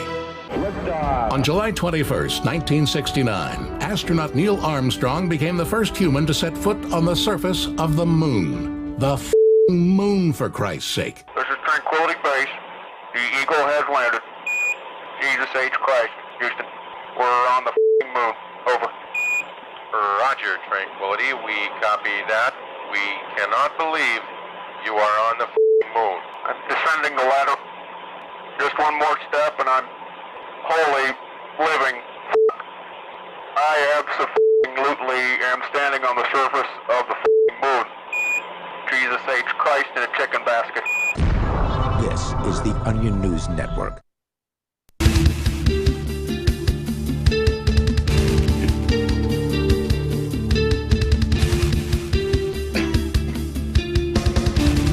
You are listening to The Call to Freedom with Chris, the nobody formerly known as Rich Paul, and Michael. So coming up, we're going to be talking about China's, U.S. tariffs on China that is forcing widespread store closures across the United States. But first, we are getting into a story about a black woman who had the cops called on her by a white woman, apparently. Apparently so. Yep. But, okay, you're really confusing me here. I thought we were going to do that story, and then you said something else. So. Yeah. So no, that's coming up. The China tariffs. Yeah. Are you teasing that? Yeah. Oh, okay. It sounded like you were expecting him to go into the story. Yeah, we never do that. So. I don't mean to tease you, man. That's Edge's job. Yeah. So we've got some other stories coming up as well. So let's see here. What do we've got? I don't even know. Okay, so which story are we doing? The white woman and the black woman. Okay, so I will try to do this story. I'll try to read it. From Indie Week, after a white neighbor called 911, Garner, I presume is in Indiana, Garner cops raided a black woman's home and charged her with playing loud Malcolm X speeches. Is that explicitly a crime, or is this just a noise ordinance? Apparently, it's just a noise ordinance. Okay. But what they did in response to this noise ordinance is insane. Okay, so what'd they do? Let's find out. At about 10 o'clock p.m. on Thursday, a swarm of Garner cops banged on Makisa Thompson's door as police cars with red and blue lights flashing flooded the street in front of her split-level house, partially blocking traffic. A booming voice demanded that she and her family step outside. It's unclear how many officers were there, at least a half a dozen, though Thompson thinks it was twice that, and a police captain wouldn't give a precise number. Regardless, it was a large enough presence to frighten Thompson's children, who hid in the upstairs bathroom. But then they realized that Thompson would be facing armed police alone, and that scared them more. So with a cell phone broadcasting the incident on Twitter, they went downstairs as she opened the front door. Thank you for filming the police. Yes. Yeah. Always film the police. Absolutely. Always film the police. Is this Gardner, New Hampshire? Garner, Indiana. Oh, Indiana. Okay. Oh, we'd be out in front of these people's houses if it was in New Hampshire. Yeah, right. Like I'm wondering where is this story taking place? Yeah. So the police read Thompson a search warrant. Then they spread throughout the house, seizing a MacBook, an HP laptop, a computer monitor, computer speakers, 7 iPhones, and an alarm clock. An alarm clock. They also issued her a I guess summons. this was her wake-up call. Yeah. She doesn't need an alarm clock. I mean, is an alarm clock even able to get loud enough to, become a noise complaint issue? I mean, what? No. It's 1 watt, maybe? Well, unless it's Aria's alarm. I've irritated a couple of girlfriends with them. Yeah, I mean, I don't know. I would not think if this was like a house that they raided that it would be loud enough to annoy the neighbors, but I don't know. No, it's almost like they just took every piece of electronics randomly. Yeah, it sounds about like it. I mean, it basically sounds like abuse of authority. So her alleged crime is violating the town's noise ordinance, a misdemeanor that carries a maximum penalty of a $500 fine. Specifically, they'd executed a search warrant late at night, seeking and confiscating any device capable of producing disruptive noise. Sounds like a lot more than $500 worth of stuff. Yeah. I mean, did they have to get a warrant to do that? They did get a warrant. They did get a warrant. Wow. And a judge signed off on this. Yes, a judge signed off on this. There's a copy of the warrant right here. Unbelievable. Wow. I mean, this is just demonstration of how rubber stamping happy hour judges are. Why do we even bother with them? Yeah, I'd like to call them up. I'm going to call them up when we get off the air and just tell them they're scum. I do that every once in a while. Yeah, that's a good idea. Yeah. So I do. I call police departments all the time, and I'm like, you people are the reason we need AR-15s. Stop doing that stuff. Yeah, well, they are. So apparently this all happened because Thompson's white neighbor had complained that she'd played Malcolm X speeches too loudly. Quote, Thompson's attorney says, quote, the raid was officially insane and based on an unconstitutional statute. Doing a midnight raid with 9 officers. Has it been adjudicated? Is it committed? Oh. Yeah, I mean, it's a good question because it is a speech issue. Yeah. Doing a midnight raid with 9 officers over a noise ordinance, of all things, is a disproportionate show of force that there's something else at play. That's the type of overkill that's intentionally designed to terrorize and punish people, not to actually do what's necessary for enforcing a case. Now, this wasn't the first time that Garner police had seized Thompson's property for allegedly violating the noise ordinance following that same neighbor's complaint. On April 22nd, Don Barnett, who is the neighbor, called 911 to say that Thompson, who has a Black Lives Matter sign in front of her house, was playing, quote, loud Islamic Muslim preaching, end quote, in her backyard while she cleaned her patio. Officers came to her property 3 times that day. 3 times. This guy called the cops 3 times. This sounds like the white woman is basically bullying, That's exactly what it sounds like. This white guy cannot stand having a black neighbor and is just trying to make life difficult for her. This definitely sounds like a bigoted individual. And to be honest, I've never really encountered that type of individual until probably like the other day. I found out my neighbor is, I think they're probably a bigot. And I had caught the cops called on me because of one of the neighbor's kids broke the window, and I went over, just let them know. And I did not realize this at the time, but I told her my partner, he's the one who saw it. And after she said, well, her kids weren't even there earlier in the day. And I said, well, I don't know what happened. I just said, my partner. But it was just after that she said, get off her property. And then she said she was going to call the cops. And then she did call the cops. And it was an effort of intimidation. And it didn't occur to me that this was like a bigotry. But that's the kind of thing that seems like is going on in this story. Yeah, that's exactly what's happening here. It could have just been defensive-ness, though. It could have been, and she's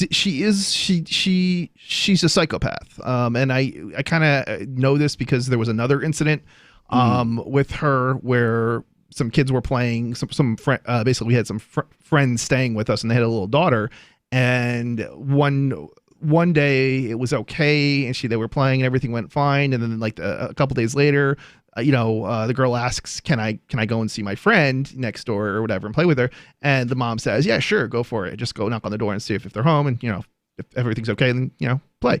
And well, I guess the parents weren't home, and the kids were being left home alone. And these are little kids; these aren't really that old. And so, basically, the mom comes home and she starts freaking out, not on the kids, but she comes over to our house and knocks on the door, and I'm like, oh, okay, it's a neighbor. I'm gonna invite him in. I've never even met them before. And she's like, no, doesn't want to come in. And I'm like, okay, is there something I can help you with?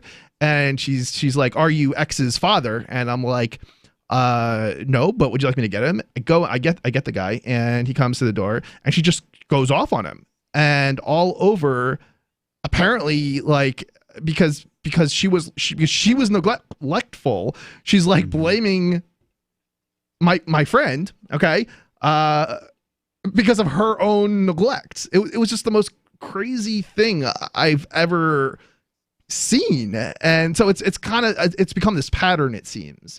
So interesting. Yeah. And I've never dealt with anybody like that, like at this, like just this psychotic, like, I don't know. So it's probably a combination. Life would be so much easier if I were a sociopath, because then you could just call DCYF and ruin these people's lives. Yeah, it's actually interesting because the thing is interesting about it is the cops actually, they came, and I refused to talk to the cops. But if I was not a libertarian, I probably would have filed a police report and brought a lawsuit against her for the damage to the window.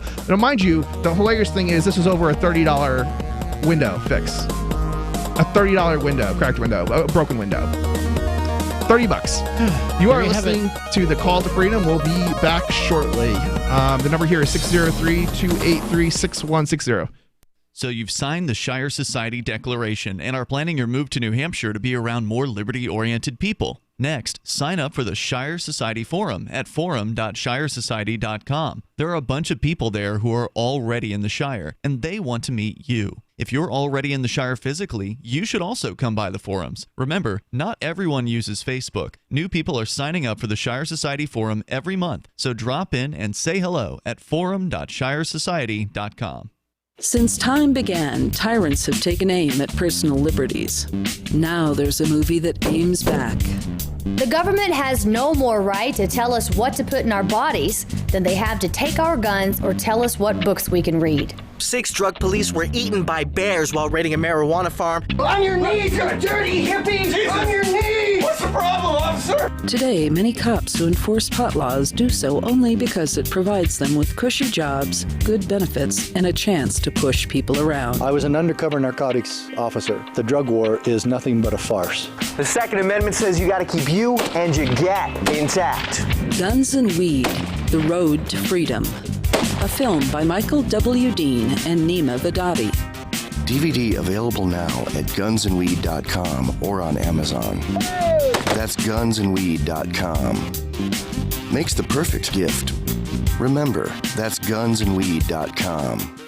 Some of you asked, and now we've delivered. LRN.FM's live Keene, New Hampshire studio shows are now streamed in HD on Twitch. Visit our channel at twitch.lrn.fm and give it a follow. If you have Amazon Prime, you get 1 free subscription on Twitch. If you use it on our channel, Twitch will give LRN.FM a monthly piece of your Prime subscription cost. So please watch, follow, share, and subscribe to twitch.lrn.fm. That's twitch.lrn.fm. The new 4th edition of Healing Our World, The Compassion of Libertarianism, will take your understanding of liberty to a deeper level and has over 1,300 updated references, new cartoons, and a foreword by Dr. Ron Paul. With discounts for multiple book purchases, the 4th edition of Healing Our World is a great gift for the liberals, pragmatists, environmentalists, and Christians in your life who think libertarianism is cold-hearted. Get yours today at healing.freetalklive.com and use promo code FTL for a $5 discount. Did you know you can listen to LRN.FM via our free-to-air satellite channels? We have channels over nearly all of North America and much of Africa. All you need is an affordable receiver and a dish as small as 30 inches. There are no monthly fees. Learn more at sat.lrn.fm. Plus, if you are a broadcaster or want to be one, this is a good delivery method for our content. See our coverage maps and get details at sat.lrn.fm. That's sat.lrn.fm. sat.lrn.fm. Excuse me, is this where I get a license to start a new business? I wouldn't be hasty. You have to get a license to go out of business, too, you know. Oh, well, look, I've invented this little anti-gravity machine, see? Oh, is that why you're walking 2 inches above the floor? Oh, yes, it's very comfortable. It saves on shoe leather. Yeah, well, you have to fill out these forms and report to the Human Services Department of Manpower Orientation and register with the Fair Employment Practice Commission, the Wage and Hour Division of the Employment Standards Administration, the State Sales and Income Tax Division, the Internal Revenue Service, and the Social Security Administration of the Department of Health, Education, and Welfare, and, of course, OSHA. OSHA? I thought that was a little town in Wisconsin. You'll find out. Say, floating around like that could be dangerous. Have you checked with the Consumer Product Safety Commission? Well, not yet. Come to think of it, you actually are flying, aren't you? Look, you need to go over to the Federal Aviation Administration and the Transportation... It's very hard to get anything done these days if you're in business, but free enterprise built this country. Think what could happen if we don't keep it free. A public service of this station and the Center for the Defense of Free Enterprise, Bellevue, Washington. We just can't have people floating about unregulated, you know. Help get LRN.FM into more ears. Visit promote.lrn.fm for a free bumper sticker, flyers, banners, graphics, and more. Promote.lrn.fm.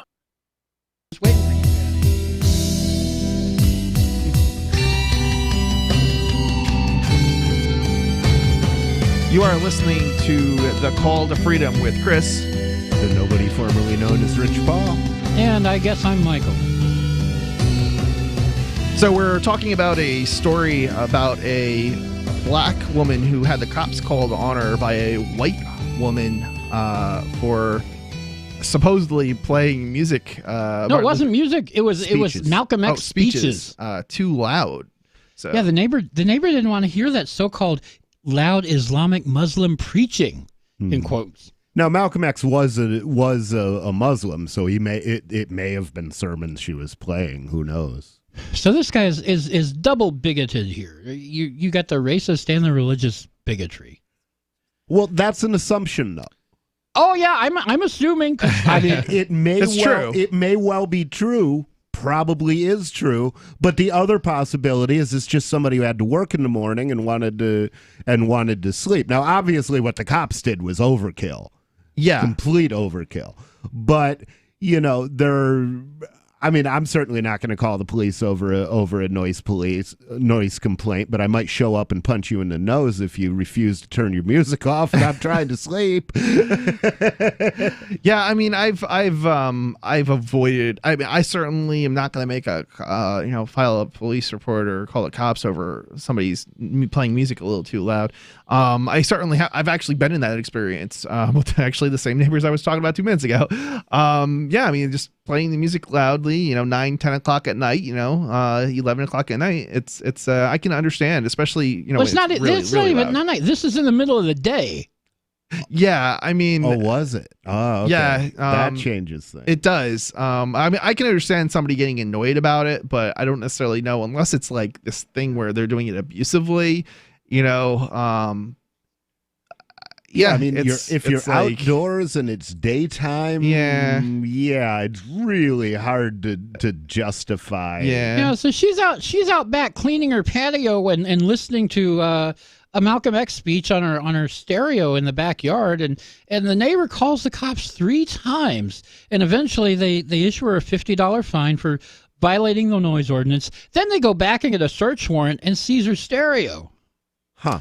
I'd be interested to know how many watts that thing kicked out. I don't know. It would be interesting to know, but it would be pretty insane. It says it's a $250 B-free stereo. This is the first time they seized her stereo, and she's yet to get that back. Oh, she won't get it back. Yeah.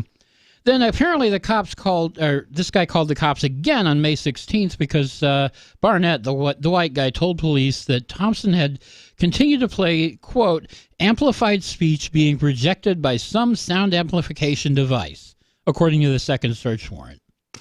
The police never conducted a decibel reading to see how loud the sound actually was. Under Garner's noise ordinance, they don't have to. What? Yeah, they don't have to.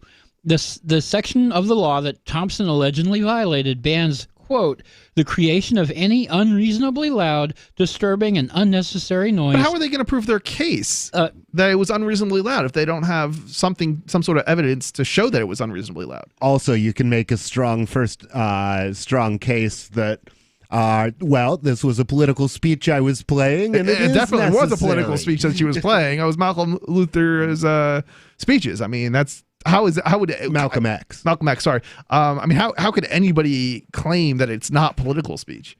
Yeah, I mean, that's got to be like unlosable in terms of that argument. I would certainly hope so. Yeah, this probably won't go very far in the courts. So the section of the law Thompson allegedly violated bans, quote, the creation of any unreasonably loud, disturbing, and unnecessary noise of such character, intensity, and duration as to be detrimental to the health and welfare of any individual, end quote. What?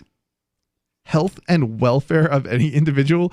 I mean, I could understand if you lock somebody in a room and you're playing, annoying music like all day, 24 hours. I can understand. Well, that's what they do at Guantanamo Bay. Right. That I would agree, right? I would agree with you on that. But that's not the circumstances here. It's not like this lady could not move or, I don't know, put on some earmuffs or something to reduce the noise or something. The idea that it's going to be detrimental to her health, I mean, that's just ridiculous. Oh, no, detrimental to the neighbor's health or welfare. Right, I understand. That's what I'm talking about. So yeah, that's an absurdity. It gets better. The ordinance also forbids the so-called, quote, playing of any radio, phonograph, television set, record player, blah, blah, blah, blah, blah, in such a manner or with such volume during the hours between 11 p.m. and 7 a.m., so as to annoy or disturb the quiet, comfort, or repose. But it was being played during the day. Yeah. So it doesn't even ban it's not even banned. Yeah. Oh wow. See, this is not surprising me that cops would do this kind of pull this kind of stuff. Cops are like the worst people. It's all of the worst possible people become cops. I don't know. I don't understand why that is. L. Ron Hubbard had a quote. He said, all governments suffer from a recurring problem that power attracts pathological personalities. It is not that power corrupts, but that power is magnetic to the corruptible. Yeah, he should know. Yeah.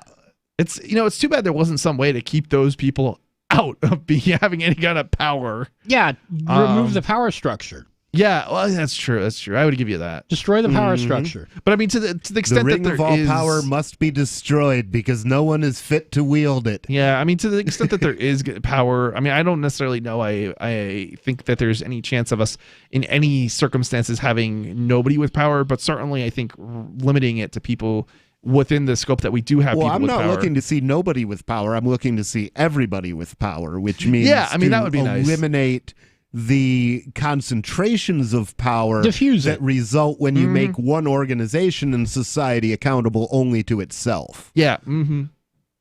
Diffuse, decentralize.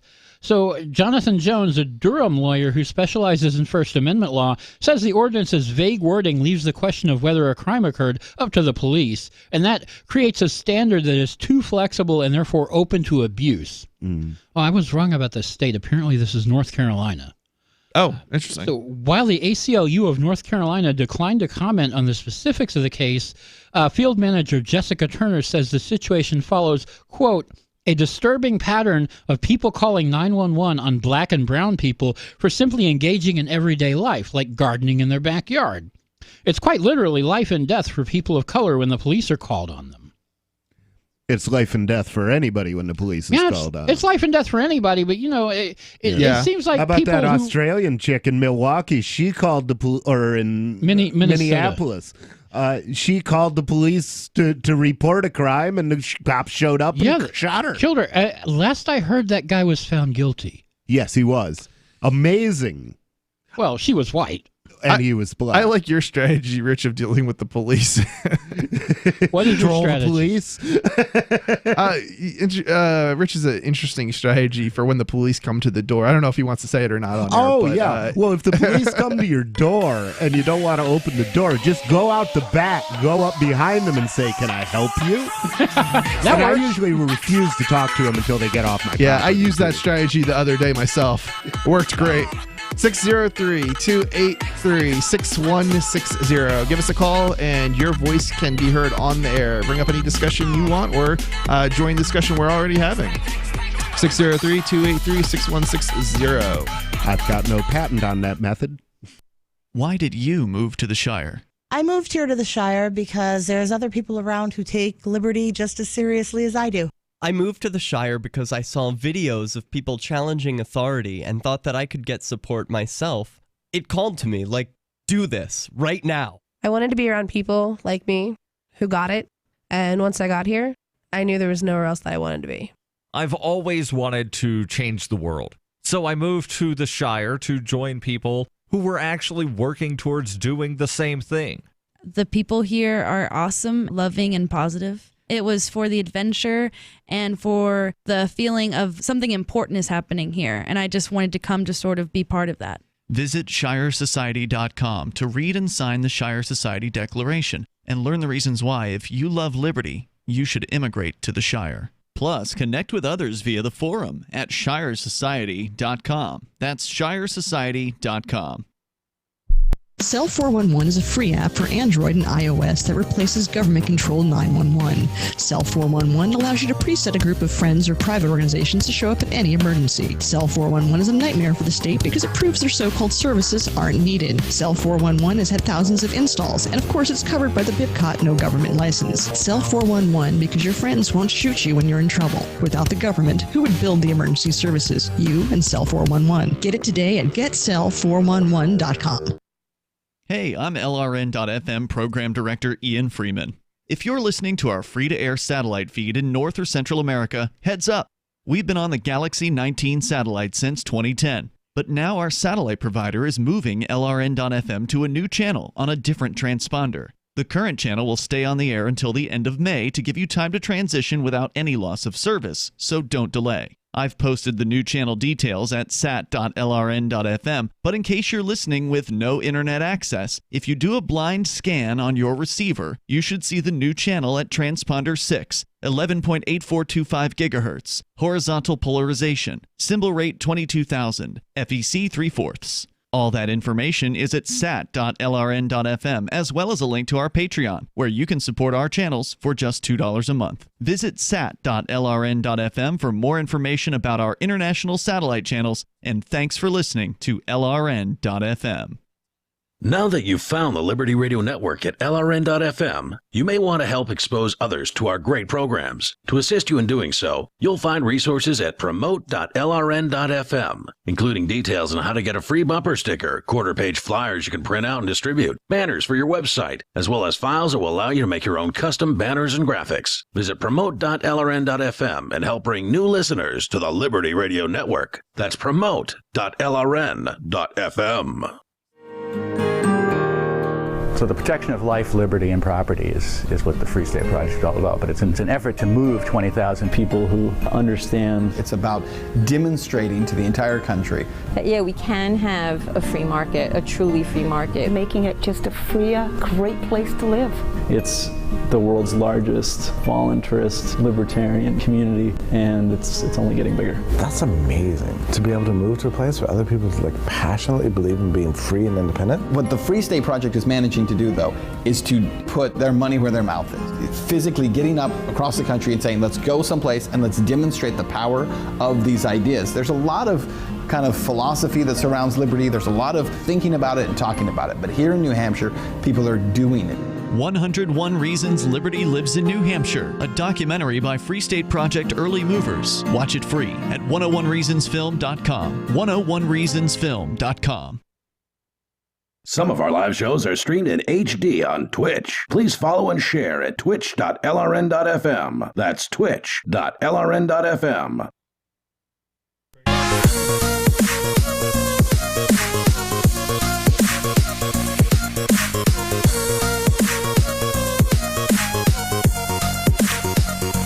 You are listening to The Call to Freedom with Chris and Michael.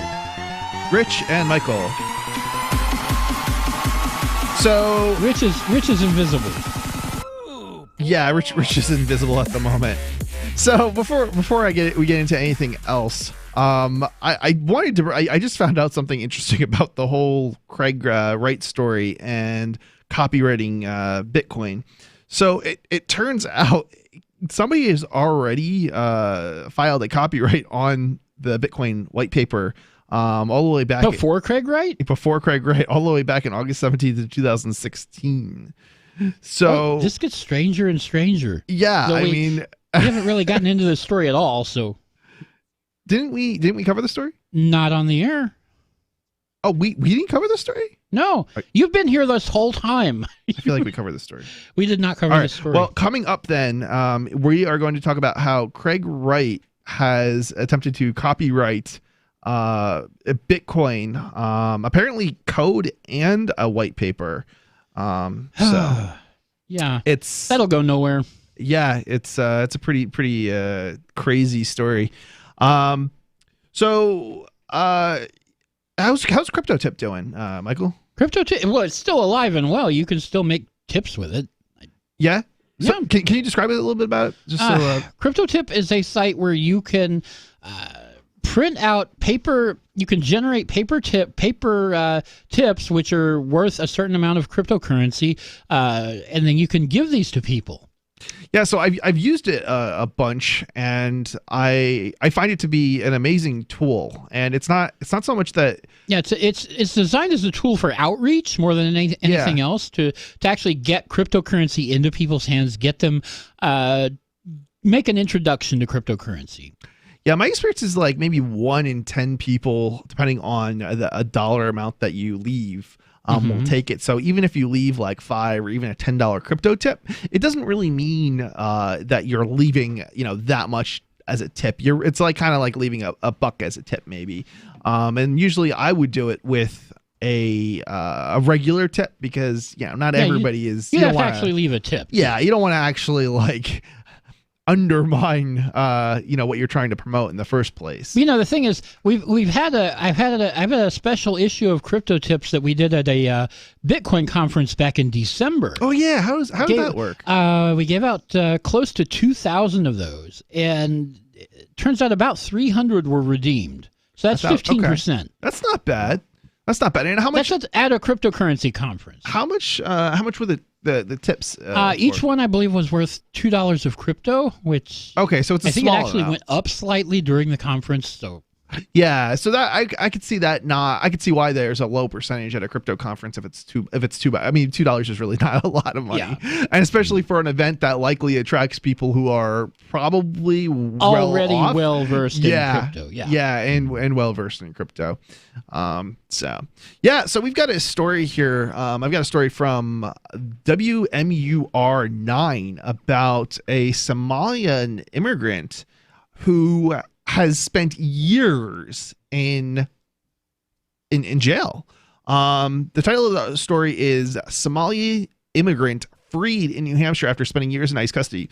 Now, keep in mind, this is not New Hampshire doing this. This is the feds. ICE. Yeah. This is and he's actually was in many different states before he was finally released.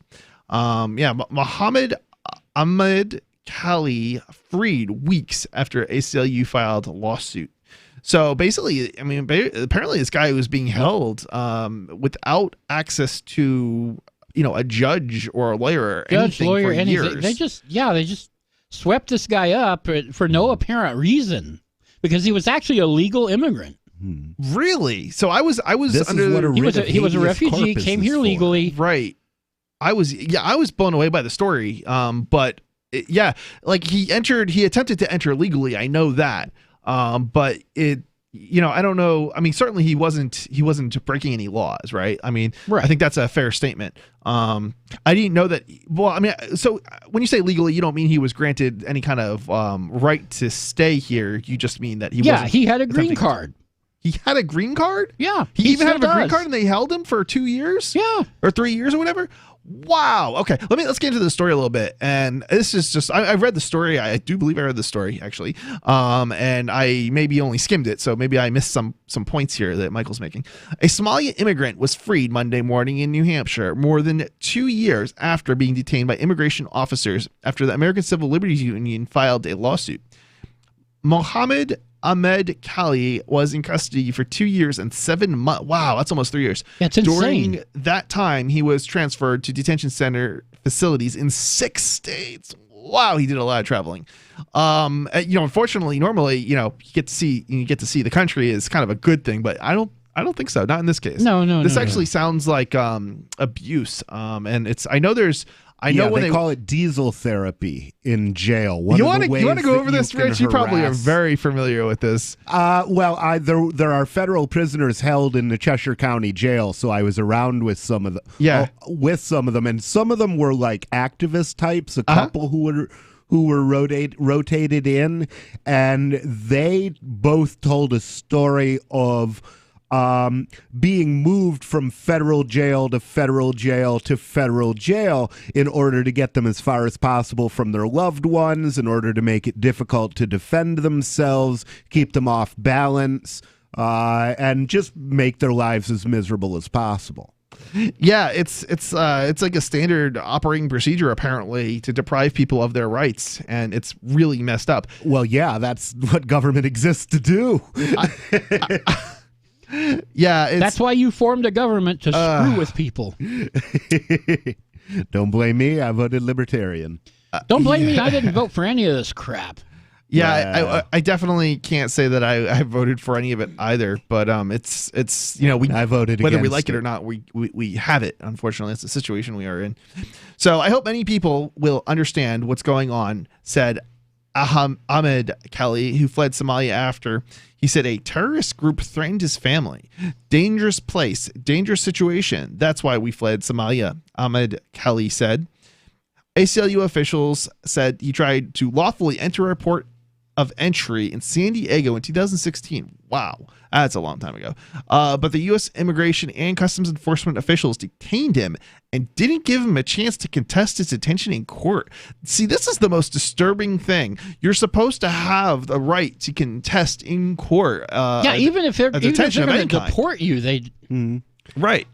Yeah, and there's actually a specific method for it. You file a writ of habeas corpus, which basically says that the government has to bring this person to court and justify their detention of him as being legal. Right. Right. When you're being held for a significant period of time in the United States, you have a right to contest your detention, to go before a judge and say, I should be released. And he was never given that right, said Gilles, ACLU of New Hampshire legal director.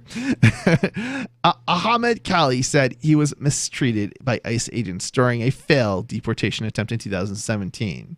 When they deport you, they treat you bad. The handcuffs, they pull you so tight here. The legs, they pull you so tight, Ahmed Kali said. Yeah, I mean, it sounds like a guy who was seriously mistreated. And it's, it's unbelievable that they actually tried to deport this guy without ever giving him an opportunity to see a judge. Yeah, it's ridiculous. How does this deportation effort fail? I don't know. It doesn't. I don't even think it goes into that. Yeah, here, unfortunately. ICE is saying absolutely nothing about this case, so we don't know why they did it or anything. Yeah, no, I think there's a lawsuit involved here. So, there is a lawsuit. Yeah. So he was released Monday morning from ICE custody, almost a month after ACLU filed a lawsuit. No, I'm wondering. I wonder if this is for compensation for the illegal detention, or if it's to keep him out, or I'm curious about what exactly the details of that are. So you're listening to The Call to Freedom, and we will be back briefly. You can call, and our line is 603-283-6160, and get on the conversation.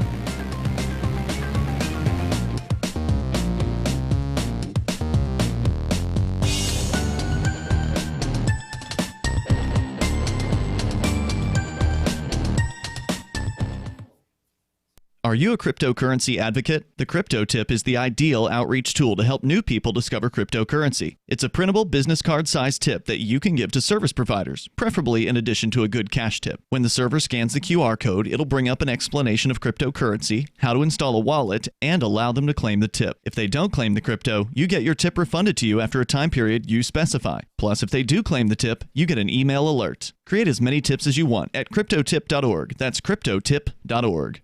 There is no such thing as attention span, according to Jerry Seinfeld, who figures that people have an infinite attention span if you are entertaining them. Hey, he's kept us from channel surfing for several decades, and now he's making more millions as a Las Vegas headliner.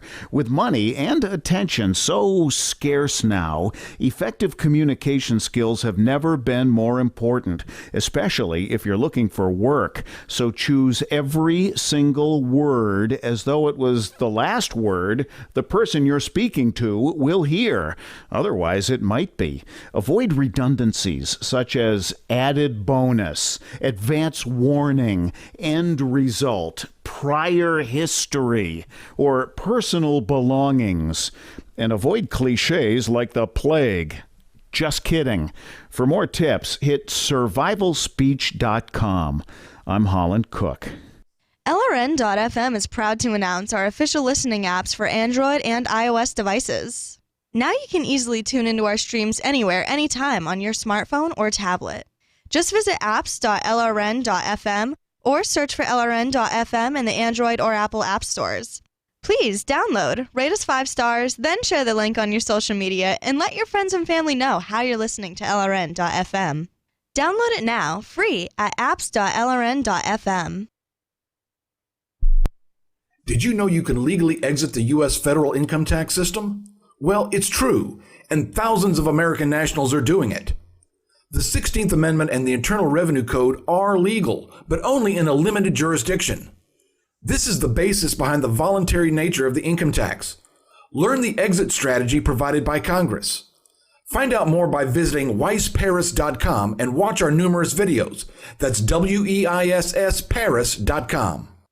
There are lots of ways to listen to Free Talk Live. Our podcast has been around since podcasts began, and now the FTL feed is loaded with content besides our full show archives. Did you know that we make it easy for you to customize your podcast subscriptions? We have different feeds, one that includes only our full shows, one with just the Daily Digest, and one with just the Edgington Post. You decide what you listen to. It's quick and easy to customize your feeds at feeds.freetalklive.com. That's feeds.freetalklive.com. Would you like to hang out with Penn Jillette? He's keynoting Freedom Fest this year. I, for one, am thrilled. Freedom Fest is the largest liberty-oriented gathering in the world. They take a Big Ten approach with libertarians, conservatives, liberals, anarchists, and just open-minded people mingling together to hear real debates, share real solutions, and converse freely. This year's theme is the Wild West, a time of liberty and opportunity, or a time of anarchy and violence. Maybe both. Go to freedomfest.com/FTL and get your tickets now. freedomfest.com/FTL. Not convinced yet? Hey, I understand. It's a high-end event, even with coupon code FTLEB. Sure, you're likely to receive investment advice that'll make that sum seem paltry, but I have something special for you. Go to freedomfest.com/FTL and you'll get the 5 best speeches from last year for free. Call it a test drive. Do yourself a favor and go to freedomfest.com/FTL. freedomfest.com/FTL. Use coupon code FTLEB for a discount. Love what we do? Please help support our international satellite channels at patreon.lrn.fm. That's patreon.lrn.fm.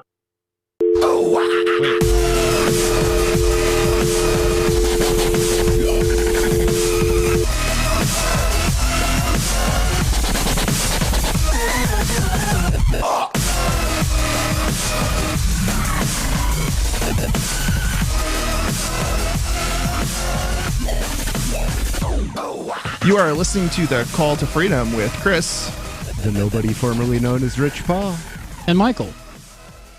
Did you know the Call to Freedom is available as a podcast? That's right. And it's good news for everyone who doesn't like the commercials.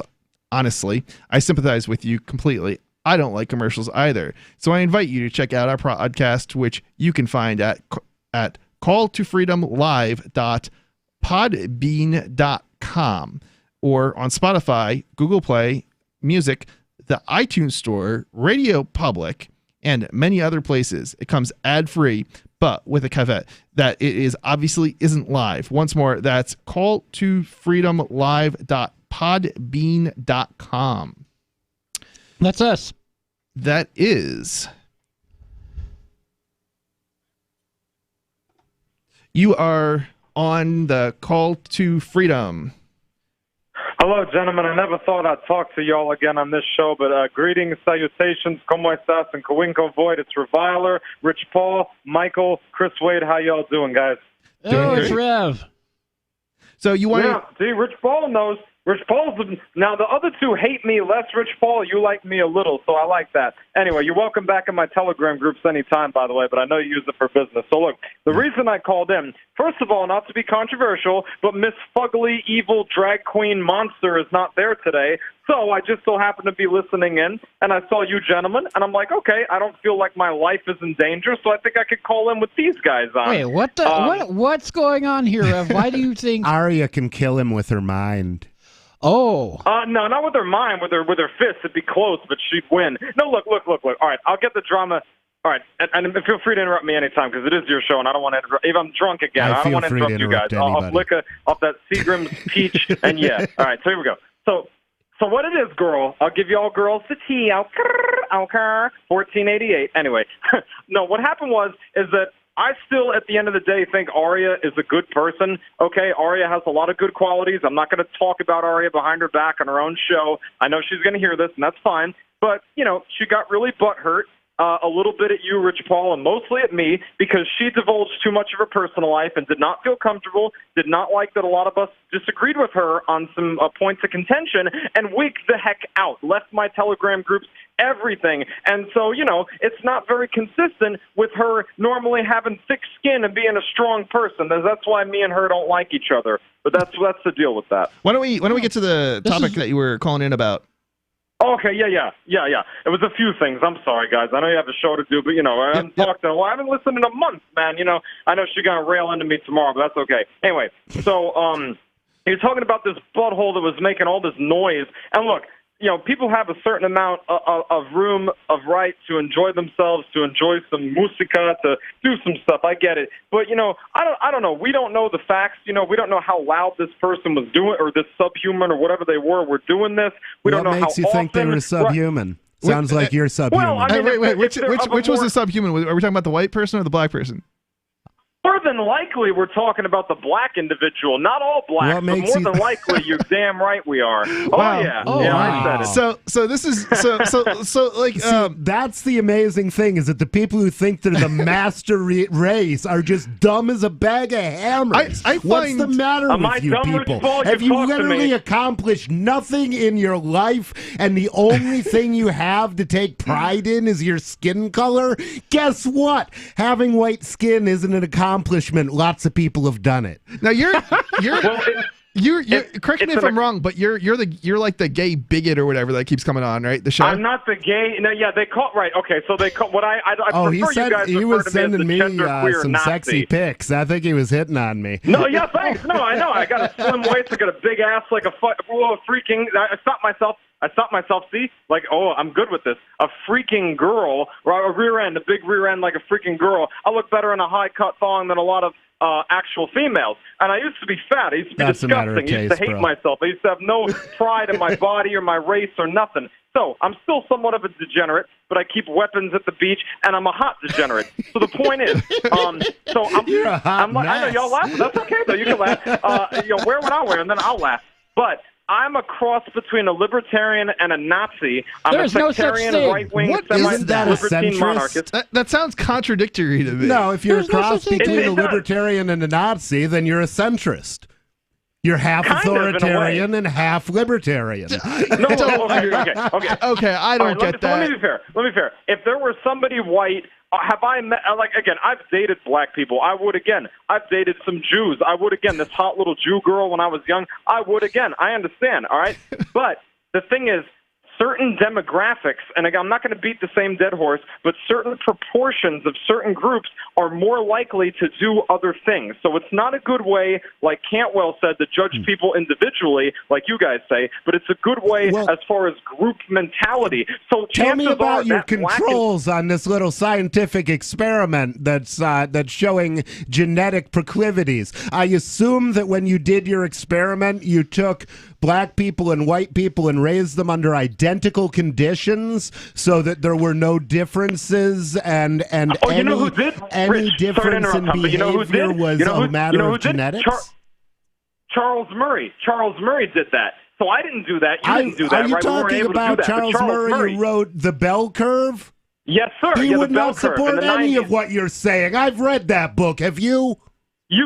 You've not seen that blacks typically have a standard deviation, even raised in white countries, lower. It doesn't mean they're evil, horrible, scum people, but they're different, man. They're better athletes. They have bigger genitalia in general, but they have less efficient brains. What? You never, ever interact with the statistical average of a race. You interact only with live, individual human beings. Oh, that's autism, baby. That's autism. Conclusions that you're drawing on skin color. Hey, don't talk over me, bro.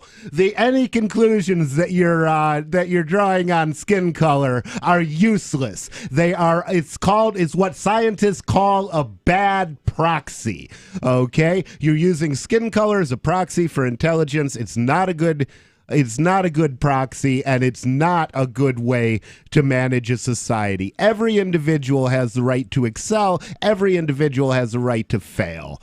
So just let every individual stand and fall on their own merit. Amen, brother. The problem with actually, taking and getting statistics on like a race, it's not necessarily that it isn't the case that more black people might be arrested, but that doesn't necessarily mean that more black people commit crime. It simply means that more black people are being arrested. And it could well be because anytime you go to a black neighborhood, it's crawling with cops. Right. That's where they focus their their resources. So you have a disproportionately. You can't look at people, like that, groups of people and like this that. Is not, this is not, and yes, Reviler, in case you were wondering, I do hate you now that we've had a little more conversation. But, I'm sorry, somebody else take over. I lost a thought. Yeah, I don't know where you were going with that either, but yeah, it was lovely to see you and Rev go like that. Do you have any final thoughts there? Oh, am I still on? Yeah, you're still on. I didn't drop you. I just cut you off. Put you on hold because they could speak. That's fine. Put me on hold. Get to your story and put me on hold. No, we're good. We're good. Just final thoughts. Okay. All right. Well, the final thoughts are that I understand you're trying to do well for human beings in general. The state does have some implicit problems, and there are some real buttholes that are police, etc. But there are some real blacks that are buttholes. There are some real whites, but blacks are more likely to be buttholes based on higher testosterone levels, more primitive genetics, more primitive societies of violence. And even as a Sicilian, I can say that I have that's all violence and a lower nonsense. IQ than Italians. That's all absolute nonsense because let's face it, since every human being is descended from black Africans, okay? That's a theory. That's a hypothesis. It's not about been proven. 70,000. No more than the Big Bang. 70,000 years ago. Keep me on hold, Chris. Keep me on hold. All right. Keep me on hold, I think we've had enough for one day. Yeah, you can call back another day. Okay. We've reviled this enough. All right. Well, thanks for calling. He is vile. He is definitely vile, and he is. I think it demonstrates that. Crazy people come in all colors, shapes, and sizes. Sometimes they're even white. Yeah. And the thing is, even though we're all descended from black Africans, okay? People, Europeans obviously interacted with the Neanderthals, ended up with white skin, but it's not. There have been just as many elapsed generations between our common ancestors on both sides. We have equally developed nervous systems. Yeah. 603-283-6160 if you want to call in and join the conversation or start a new conversation. 603-283-6160. Give us a call.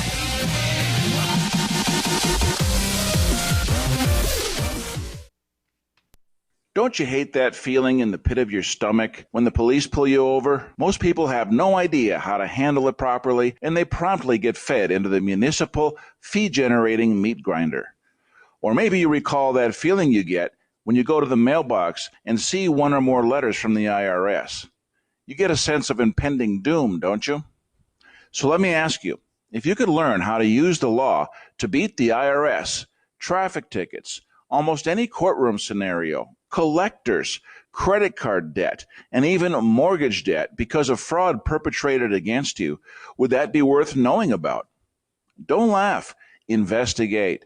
Check out the life-changing benefits of the Lighthouse Law Club at their website, lighthouselaw.club. That's lighthouselaw.club. And while you're at it, visit the Lighthouse Law Club YouTube channel. You might be in for a pleasant surprise. LRN.FM now has a Discord. Discord is a free text and voice chat platform, and we now have our own server with a bunch of channels at discord.lrn.fm. You can join other listeners as they chat about various things during our live shows, or anytime, day or night. Discord software is available cross-platform, so you can have it on whatever device you want and take your chats anywhere. Join our Discord at discord.lrn.fm. That's discord.lrn.fm. How many lawyers does it take to change a light bulb? None. They'd rather keep their clients in the dark. There are too many lawyer jokes to count. However, there are some lawyers with more noble intentions. At the Institute for Justice, we bring the light to our clients. We are a non-profit public interest law firm with clear values and principles. At IJ, we fight for those whose most basic rights are denied by the government. Visit our website today at ij.org. More of the Call to Freedom is coming up next, live after the news on the Liberty Radio Network at LRN.FM. This is the Liberty Beat, your daily source for liberty news and activist updates. Produced in partnership with SNLS News and listeners like you. Online at libertybeat.news and snls.news. I'm Mick Murrow with your latest edition of the Liberty Beat. Gold is trading at $1,278. Silver at $14.46. And Bitcoin is trading around $7,787. Today's prices are brought to you by InnoScale. Take off with Managed Cloud. Looking for a safe, secure way to store your important files online? Let InnoScale handle it for you. Their high availability cloud servers are the perfect solution for clients needing one or more secure, scalable servers with built-in hardware failover protection. For details, see them online at innoscale.net. In the news, in a move slammed as completely unprecedented, Ecuador has started giving the United States the personal possessions of WikiLeaks co-founder Julian Assange. Assange's lawyer said the move was completely unprecedented in the history of asylum. Ecuador's foreign minister, Jose Valencia, authorized the seizure of Assange's manuscripts, legal papers, medical records, and electronic equipment earlier this month. The Mind Unleashed reports that the 47-year-old Assange is accused of participating in one of the largest ever leaks of government data, as well as a charge of conspiracy to commit computer intrusion in the U.S. for allegedly helping whistleblower Chelsea Manning infiltrate government computer systems, which could land him in prison for up to 5 years. Separately, Assange may face a move to extradite him to Sweden on revived rape allegations for which he sought refuge in Ecuador's embassy in 2012, where he remained until his arrest on April 11th.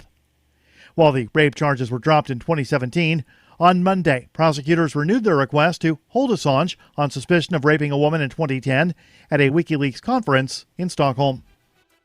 The Liberty Beat is sponsored in part by Brave Botanicals, high-quality kratom and CBD at reasonable prices with excellent customer service. Brave Botanicals is activist-owned and mission-driven and believes so strongly in the power of kratom, they're giving it away for free. Just go to freeounceofkratom.com for a free ounce of kratom delivered to your door. Just pay shipping. That's freeounceofkratom.com. This is the latest edition of the Liberty Beat. Find us online at libertybeat.news and snls.news. Your news now continues. Following the illegal seizure by U.S. authorities of the Venezuelan embassy in Washington, the group of activists who lived in the building for 37 days, protecting it from such a seizure at the request of the democratically elected government of Venezuela, is escalating tactics. Mint-Press News reports that in many ways the fight of the Embassy Protection Collective revealed the extreme tactics the U.S. government is willing to resort to in order to achieve its foreign policy objectives. Only in this situation they were weaponized against American citizens, as opposed to foreign, usually black and brown nations. In Syria, the U.S. government relied on the use of jihadist proxy forces to try to oust President Bashar al-Assad from power. In addition to taking the battle to the courts, groups that participated in the Embassy Protection Collective plan to hold a protest outside the United Nations before the General Assembly reconvenes on September 17th. Captured on surveillance video using excessive force against a man for sitting on a bench, a Metro police officer resigned on 2016 to avoid termination. However, Officer Jairus Warren last week was convicted of assault with bodily injury and sentenced to jail. A judge sentenced Warren to 2 years probation and 30 days of jail time. He would also be forced to wear an ankle monitor during that probation period, according to the Free Thought Project. Around 7:30 on the morning of September 14, 2016, a surveillance camera recorded 2 Metro police officers confronting a man at a train platform. Sitting on a bench, the man remained seated while calmly talking to the cops. For no apparent reason, Officer Warren suddenly pulled out his collapsible police baton as he continued speaking. Despite the fact that the man did not attack the officers, Warren immediately extended his baton and struck the man across the face. Support for the Liberty Beat comes from the Conscious Resistance Network, featuring videos, news reports, and articles from a spiritual anarchist perspective. Experience the Conscious Resistance at theconsciousresistance.com. How would you like to have your business featured on the Liberty Beat? You can just send an email to libertybeat@snls.news for details. This is the Liberty Beat, produced in partnership with SNLS News and listeners like you. The Liberty Beat is online at libertybeat.news and snls.news. I'm Mick Murrow, reporting for the Liberty Beat, reminding you, spread liberty with a smile.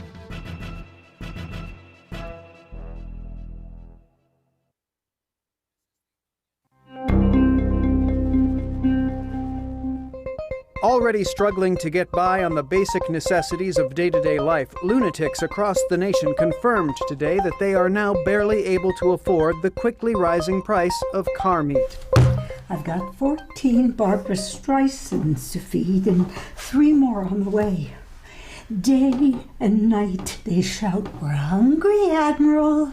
We want grade A Honda We want Nissan truck." I just want to know what Bruno Mars plans to do about this. He sits around all day eating Audi ribeye and limousine bouillabaisse while we scrape by with taxi shanks. Meanwhile, the men at arms are still overseas fighting the war on Wheel of Fortune. For more on this story, check this week's Onion Review. This is the Onion News Network.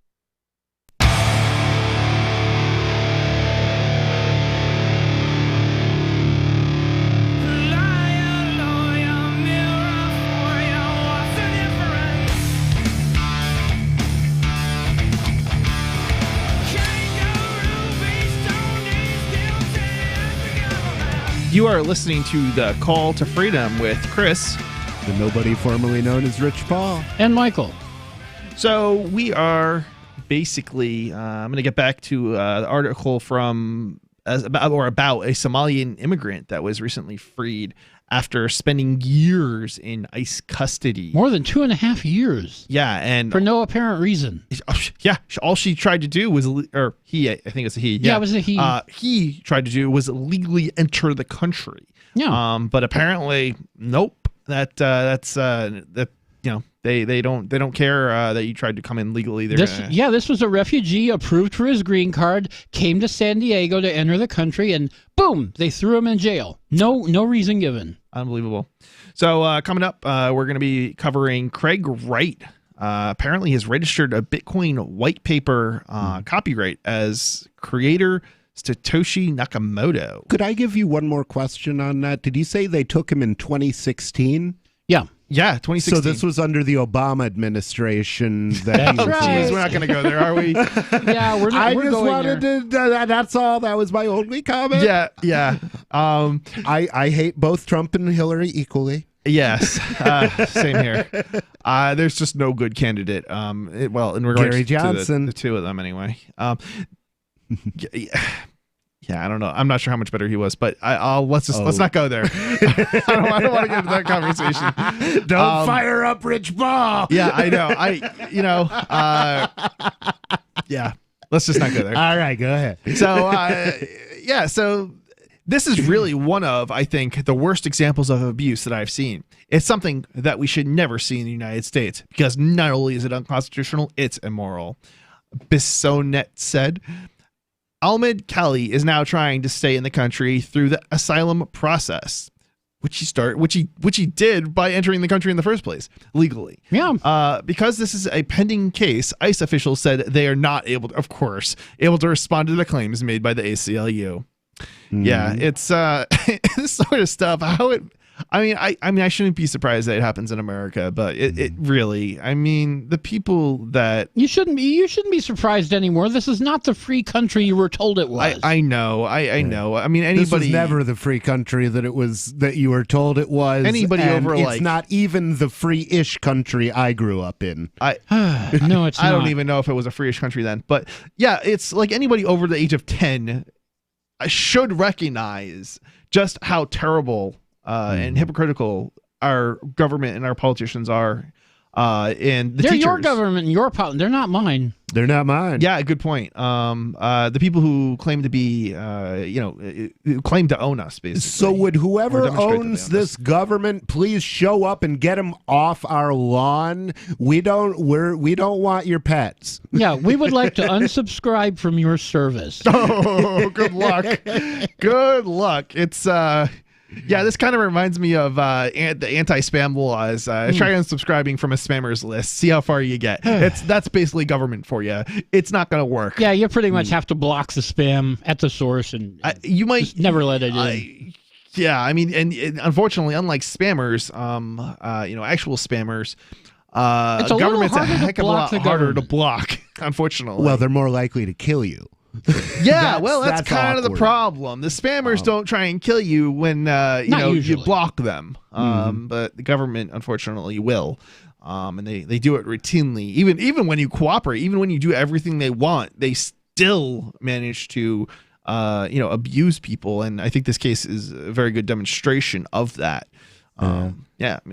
Declaration of Independence said, "It is to secure these rights that governments are instituted amongst men, and that whenever any form of government becomes destructive of these ends, it is the right of the people to alter or to abolish it." When does that happen? Yeah, I don't know. Yeah, that should have happened some time ago. Yeah. So this story is from ccn.com, which I think is cryptocurrency news. Not 100% Yeah, it's one of the bigger crypto news sites. It is. And is this one of the ones that are actually half decent, or are they all garbage? Anybody have any idea? CoinDesk isn't terrible. There's a couple of them that obviously do paid articles. Right. So this story is Craig Wright registers Bitcoin white paper copyright as creator Satoshi Nakamoto. He's not fooling anybody. No, he's not.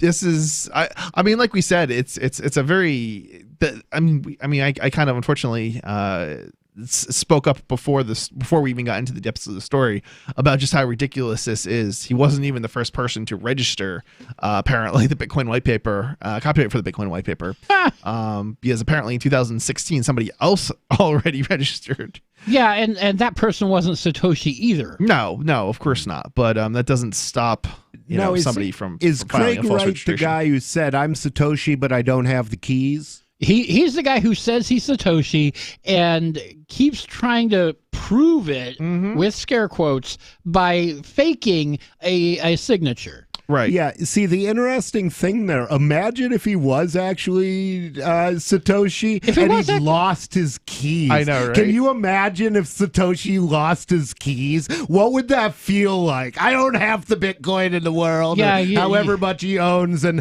I don't remember my password. That'd be too embarrassing. I wouldn't be able to show my face in public. Well, that's the thing, is if that was me, I would, and I've often wondered if that's what really happened, and that's why we've never heard from the guy who signed the keys. It's certainly interesting. Maybe he wrote down his think he's recovery dead. words wrong. It's certainly, maybe he's dead. That's a possibility. It's certainly, or maybe he's made of electronics companies, because you can build Satoshi Yamamoto, or is it Satoshi Yamamoto? Nakamoto. You can build both of those words by taking apart the corporate names of like the largest electronics companies in the world. I'll have to find a reference for that on the web to show you how that sounds. So what kind of ridiculous statement is Craig Wright making now? Yeah, you know what the crazy thing is? None of the crypto coins have actually none of the Bitcoin have moved. Basically, actually, I heard Bitcoin SV went up, which is very strange. No. I'm talking about his Nakamoto's. Oh, you mean they hadn't been spent? You said moved. Moved or spent. Either way, they haven't moved anywhere, right? I mean, when they're spent, they get moved, right? Yeah, the Bitcoin's all still sitting on the wallet, and this could have been cashed in for billions. Right, at literally this point. billions. Right. A year and a half ago, if not now. I don't know how much is in the root wallet or the.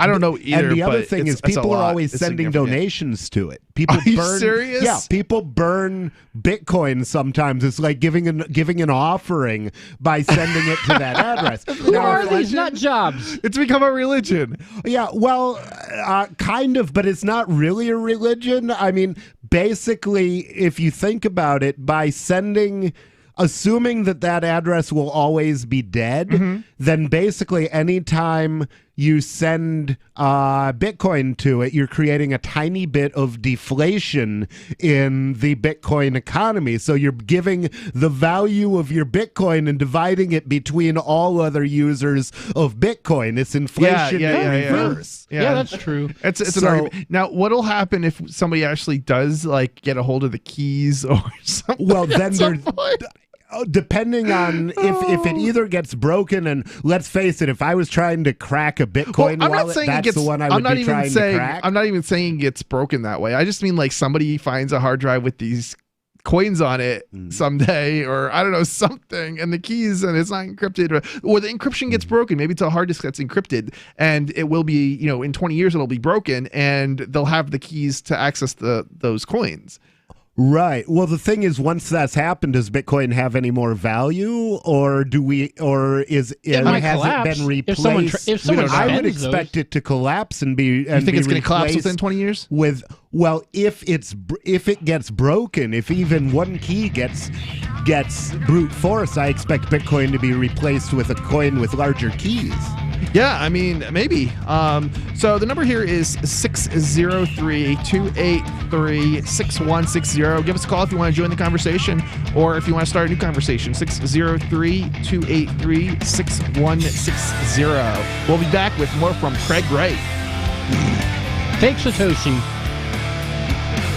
What if you set up? There are basically two types of advertising: direct response and branding. Radio's great for direct response with its low cost to listener ratio, but audio can't be beat for branding, which is a longer term endeavor. You want to be the first thing that someone thinks of when they think about your product or service. If you have a local business that you want kept top of mind in your community, call the station. If you need national reach, Free Talk Live's got around 200 radio stations, millions of monthly listening sessions, can suit all budgets, and if we don't think we're right for you, we'll tell you. Email me, mark@freetalklive.com. Free Talk Live. People, they like to complain about the idea that the money is taxpayer dollars. It's not really true, is it? I mean, they were your dollars until you gave them to the government. Right. Now they're their dollars, and they're going to do whatever the hell they damn well want to do with them. You're right. It is still your money in that if a thief comes and steals money from you, it doesn't cease to be yours just because they stole it. You still have a claim on that, but you don't have the ability to control the thief unless you actually have him in your custody.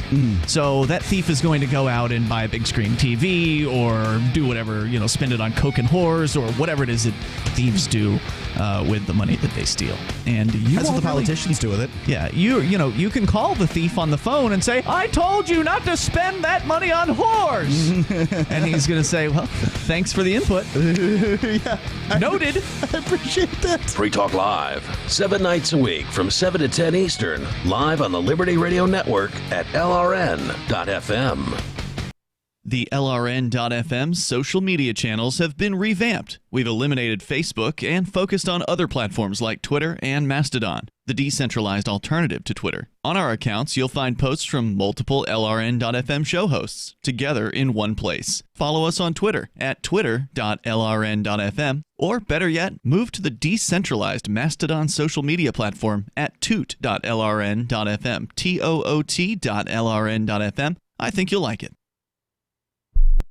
What do you shop for that you could otherwise buy at Amazon? Pretty much everything, right? Amazon has competitive pricing and they deliver, and that's a big plus. If you could plan ahead in your shopping, would you be interested in saving up to 33%? There's a catch. You have to do your shopping in Bitcoin. But imagine those savings. It's like a huge raise. All you have to do is go to saveitpurse.com. We've saved thousands, and you can too. Plan ahead and save. Saveitpurse.com. Imagine someone in your community getting in their car, turning on the radio, and hearing the Liberty Radio Network. You can make that vision a reality with your own micro radio station. Visit broadcast.lrn.fm to learn how you can put our programs on the air in your area. You can have LRN.FM running around the clock, and you can even add in your own local shows. Building a radio station is simple, but programming isn't. That's where LRN.FM comes in. Learn more at broadcast.lrn.fm. That's broadcast.lrn.fm. Is spreading the message of liberty, cryptocurrency, and peace around the globe worth $2 per month to you? As you may already know, in addition to our internet feed, LRN.FM broadcasts on free-to-air satellite across North and Central America, as well as Sub-Saharan Africa. And we've been available on satellite for free 24/7 since 2010. The LRN.FM free-to-air satellite signal is reaching some of the most oppressive regimes in the world, and there's no doubt our ideas are making an impact. You can learn more about the channel's impact by watching the 3-minute video at fund.lrn.fm.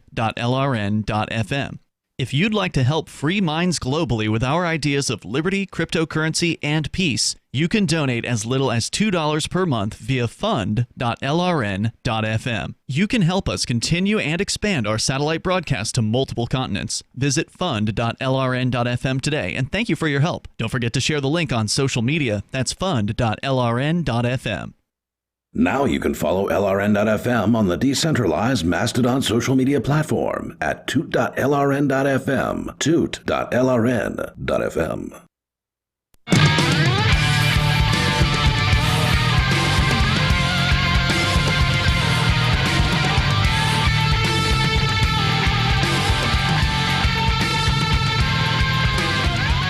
listening to The Call to Freedom with Chris, the nobody formerly known as Rich Paul, and Michael. So we are getting into a story, or actually we sort of started talking about it already, didn't we? About how Craig Wright has attempted to copyright or has filed registration for copyright of the Bitcoin white paper and apparently early Bitcoin code with the U.S. Copyright Office. Which is completely ridiculous because, one, he's not Satoshi. He didn't write any of this stuff. So he has no valid claim to make a copyright in the first place. How do we know this? Because he spent years making fake proofs that he's Satoshi. He did. He certainly discredited himself. He's thoroughly discredited whether fake proofs take. What's that? What form did these fake proofs take? He said he was going to sign a message using one of Satoshi's private keys. He signed a message, but the signature was fake. Interesting. Yeah. How was the signature fake? Did it not? It did not match the private key. Oh, it's really that simple. I mean, he basically you'd think did if not you were gonna match any of Satoshi's private keys. did not match any of them. Okay. Yeah. Did not match it. Who knows what he signed? Yeah, he signed it with something, but who knows what it was signed with. I'd like to look into this more, just because imagine the tragedy of Satoshi Nakamoto forgetting his password. That would be like the funniest and most tragic thing in history all at the same time. Yeah, it could like happen. I would contribute to his GoFundMe in a heartbeat if he could prove it. But one of the things I think that we have to remember is that he explicitly stated he said goodbye. Like, he didn't just disappear. He said goodbye. Yeah, Right. he turned the whole thing over to Gavin and said, "Have fun. I'm out of here." Yeah, so I So don't does think Gavin know for sure who he is? Gavin probably has an idea. But I don't know. I haven't spoken to Gavin in a Not while. that I would ask and Gavin got thrown out of Bitcoin Core anyway. So Is he on Bitcoin Cash now? yeah, I think he is. Nice. That I is like Gavin. interesting. That the guy who Nakamoto The guy who Satoshi actually turned the whole handed thing the over key to is now no longer. got thrown out of the project. So how does that happen? That makes the strength of Roger Vere's claim that much Bitcoin stronger. Cash is Yeah. Bitcoin much stronger, in my opinion. If Satoshi's chosen lieutenant is now on Bitcoin Cash and not Bitcoin Core, that gives Bitcoin Cash a lot of credibility. In my eyes. Yeah, it very well may. I'm curious. Does anybody know how the Bitcoin Core team is organized, like from a political standpoint? I haven't looked for a while. A bureaucratic standpoint? I'm not sure how they chose people to be in it or not in it, but as I recall, it did get taken over by several people who It were was more interested corporations, in. though, wasn't it? Wasn't it a couple of corporations? Bitstream is a Yeah, name I Blockstream. remember. Yeah, that's more recent though. Oh, okay. Gavin losing control of the project took place several years ago. About the time the block size debate was starting up, like 2015. I mean, right. It kind of begs the question of how did he lose control exactly? I don't remember offhand. This is not something that's like baked into my head as historical. I mean, knowledge. usually Everything in my head is baked. So usually I can't help dictators retain control, and Yeah, well, you would think if he was a dictator, the only way I could think that he would lose control is if there was some sort of a political system set up. If only there was a way we could find out information like I know, like maybe something called, I don't know, there was this really cool thing called the internet. Yeah, hopefully we can get that here eventually. Well, I mean, maybe we should table the discussion and check during the next thing that we can't speak about. Yeah, I'll see what I can. I'll see what I can find out. But I do want to know what Craig Wright is up to. Yeah. So let's see here. Bitcoin's mysterious creator finally revealed. Since 2015, Craig Wright, chief scientist of nChain and proponent of Bitcoin SV. Let me stop you for just a sec. I challenged Michael's statement that this guy definitely wasn't the Bitcoin creator, but I'm going to challenge the statement that he necessarily is as well. I don't I'm certainly not ready to say he is the creator. Yeah, I mean, it's a big claim, and with a big claim like that, you need to have big evidence, significant evidence. Bring your keys. And he clearly does not. All evidence points to him being a liar and a fraud. And I hope I don't get sued now because he's apparently sued the people CEO over of Binance called him a fraud on Twitter, and that's just merely my opinion. And just to be clear about that. Since 2015, Craig Wright, chief scientist of nChain and proponent of Bitcoin SV, has repeatedly claimed he is the creator of the world's largest cryptocurrency, but has been unable to provide hard evidence. Didn't he also claim give in to saying, okay, I'm not really the creator, multiple times too? He's kind of gone back and forth. I haven't heard that. I think I heard that. But again, everything I hear or read is it's all speculation because there's no evidence that he is, and there's not. I'm not sure that there's. I'm curious if there's any evidence that he's not. Besides the evidence that he himself gives, like the fake signatures. Yeah, I wonder if we could prove that he's not the creator based off of places that we know he was at a given time, and I think about the only way you can emails really that were do it sent is and to, signed. Well. The first thing you'd have to do is find out everything we know for sure about Satoshi so that we have something to compare with. Right. If we have evidence, we know he was at a certain place at a certain time and he could not possibly have sent an email with a signed message that shows and proves his time that it was sent, then we would be able to say, okay, well, you obviously cannot be him. It's not possible for you to be on this video in this location at this time and simultaneously having had sent a email to so-and-so, which was signed using keys that we know are. Yeah, I don't know if you'd ever get something like that because Satoshi, the actual Satoshi, never really gave any hints as to who he was or where he was at any given time. Where was the Bitcoin source code released when it was first released? SourceForge. SourceForge? And so there were, so somebody had a SourceForge account. Was that registered to Satoshi? It was like a fresh SourceForge account. Okay. Yeah, it's I get SourceForge, totally different emails. Everything sounds like the guy had some concern about his own privacy from the get-go, and it's something that he kept to himself. Well, Satoshi, I've recently read a whole lot of his old emails from on the crypto mailing list from back in 2008 when he first put out the white paper, and he's all about using Bitcoin to destroy the power of governments and central banks. And the reason I think Craig Wright is not him is because Craig Wright is on the record saying that he supports governments and central banks. He contradicts. Well, that's a strong piece of evidence from my point of view, because the one thing, and I was thinking about this when I was using a sock account on Facebook today, if you wanted to recognize me, look at my politics. Yeah, it's very true. They don't change. It's very true. So you're listening to The Call to Freedom, and we will continue with the story about Craig Satoshi Wright when we get back. The number is 603-283-6160. You can join the conversation or start a new conversation.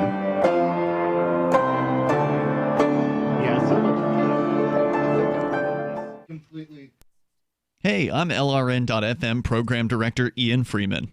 If you're listening to our free-to-air satellite feed in North or Central America, heads up. We've been on the Galaxy 19 satellite since 2010, but now our satellite provider is moving LRN.FM to a new channel on a different transponder. The current channel will stay on the air until the end of May to give you time to transition without any loss of service, so don't delay. I've posted the new channel details at sat.lrn.fm, but in case you're listening with no internet access, if you do a blind scan on your receiver, you should see the new channel at transponder 6, 11.8425 GHz, horizontal polarization, symbol rate 22,000, FEC 3/4. All that information is at sat.lrn.fm, as well as a link to our Patreon, where you can support our channels for just $2 a month. Visit sat.lrn.fm for more information about our international satellite channels, and thanks for listening to LRN.FM. Looking for a great real estate investment? Consider New Hampshire, which is ground zero for the Liberty Movement. Your first call should be to Mark Worden from Porcupine Real Estate. He's more than just a real estate agent. He's your New Hampshire concierge. Where are the best places to live? Do you want farm, city, the burbs, or forest? Do you want a duplex or multifamily building so that renters pay your mortgage? There are homes in all price ranges in New Hampshire, and Mark can help with financing too. Invest in liberty and property. Mark Worden can help. PorcupineRealEstate.com. I've been told no in many different ways. I give you an order and you're going to obey it. George, you can go this way. You can do that and you have to leave here. You cannot bring signs into the rally. Walk with me. Well, I'm comfortable here, actually. Whoa. Hey. Who do you think you are? Excuse me. There is no video or audio allowed in this office. No, I have work today. This is... You ain't gonna make it. Wait a minute. Hey! Oh my God! Unbelievable! Why are you running from me? Because you scared me. What am I being detained for? You're being served. What is this? You're being served. What is this? Bureaucrats have a funny way of telling people no. That's the sound of the men working on the chain. Derek J's Victimless Crime Spree. Watch it for free and order the Director's Cut DVD at victimlesscrimespree.com. Did you know we've taken our LRN.FM telephone listen line to a new level with the LRN.FM audio on demand line? Now you can call 712-770-8447 anytime and listen to LRN.FM's live feed. And you can listen to a bunch of our original shows on demand. Long distance fees may apply. Just dial 712-770-8447 and choose from the menu. 712-770-8447. On Free Talk Live, we're bringing people to the ideas of liberty every day. From wrestling superstars like Glenn Jacobs. You guys really are having an impact, I believe. Like I said, a lot of where I am now is due to listening to Free Talk Live. You changed my mind on some very important issues years ago. To random people tuning in on the radio. I was kind of stuck in the left-right paradigm. I heard your show by chance on a Saturday night. From there, I went on, joined the Free State Project, and become an amplifier. So, I mean, that's really the reason why I amp is because I know that if it wasn't for you guys being on as many stations as you are, I never would have found the ideas of liberty. Your amp will directly change more lives by getting Free Talk Live in front of people looking for talk radio online and on the air. When you amp Free Talk Live, you get perks like access to the AMP-only Facebook group and AMP podcast. Visit amp.freetalklive.com. This is the Liberty Radio Network, broadcasting the latest liberty-oriented audio content 24 hours a day at LRN.FM.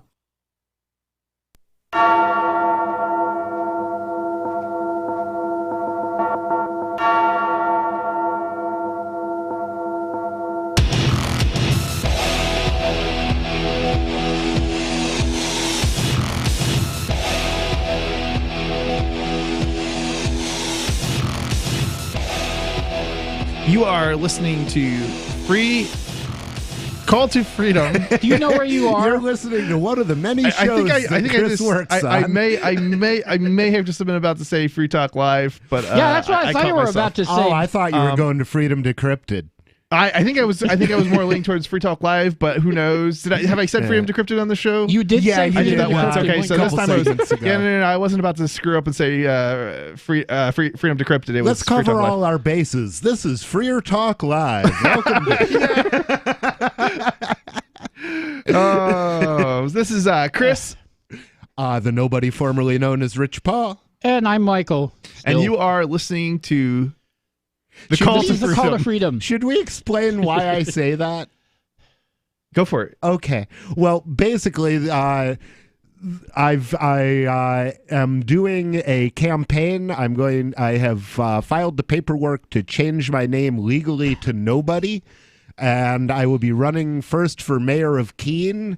And then in the unlikely event that I'm not the next mayor of Keene, I'll be running against Chris Sununu for the governorship. Oh, that would be so great. And we can reuse the vote nobody signs that are out front. Exactly. Those are going to be our campaign signs. But then have you changed your name yet? I have filed the paperwork. My court date is on June 5th. Okay. So at that point, now is that in Keene or is that somewhere else? That's in Keene. Oh, yeah, I do that at home, and then 5 days later, I get to go to court for disobeying a police officer. At which point, I'm going to demand that they address me as nobody and probably cause a continuance.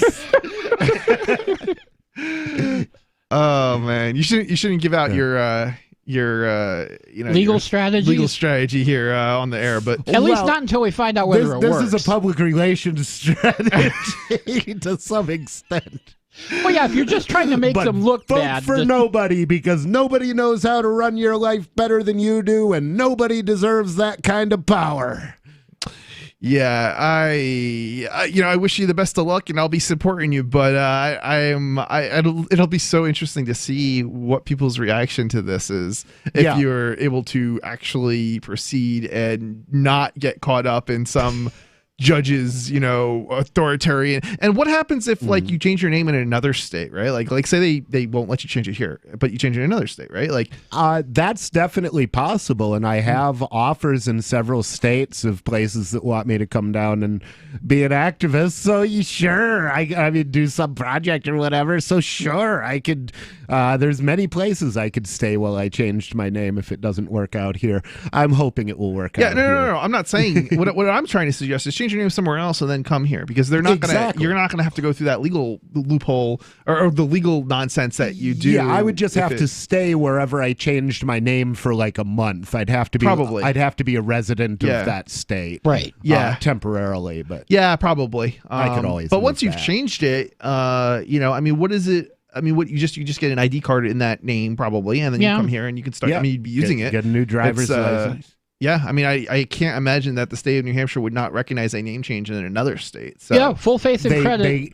Full faith and credit. They can't. I don't even know if you're right. I was about to say I don't even know if they can't. They could challenge my position on the ballot, but I can't imagine what grounds there would be in election law to do it. I'm sure a smart lawyer who's studied election law will we'll try something, but we'll find out. Yeah, it's certainly going to be an interesting campaign.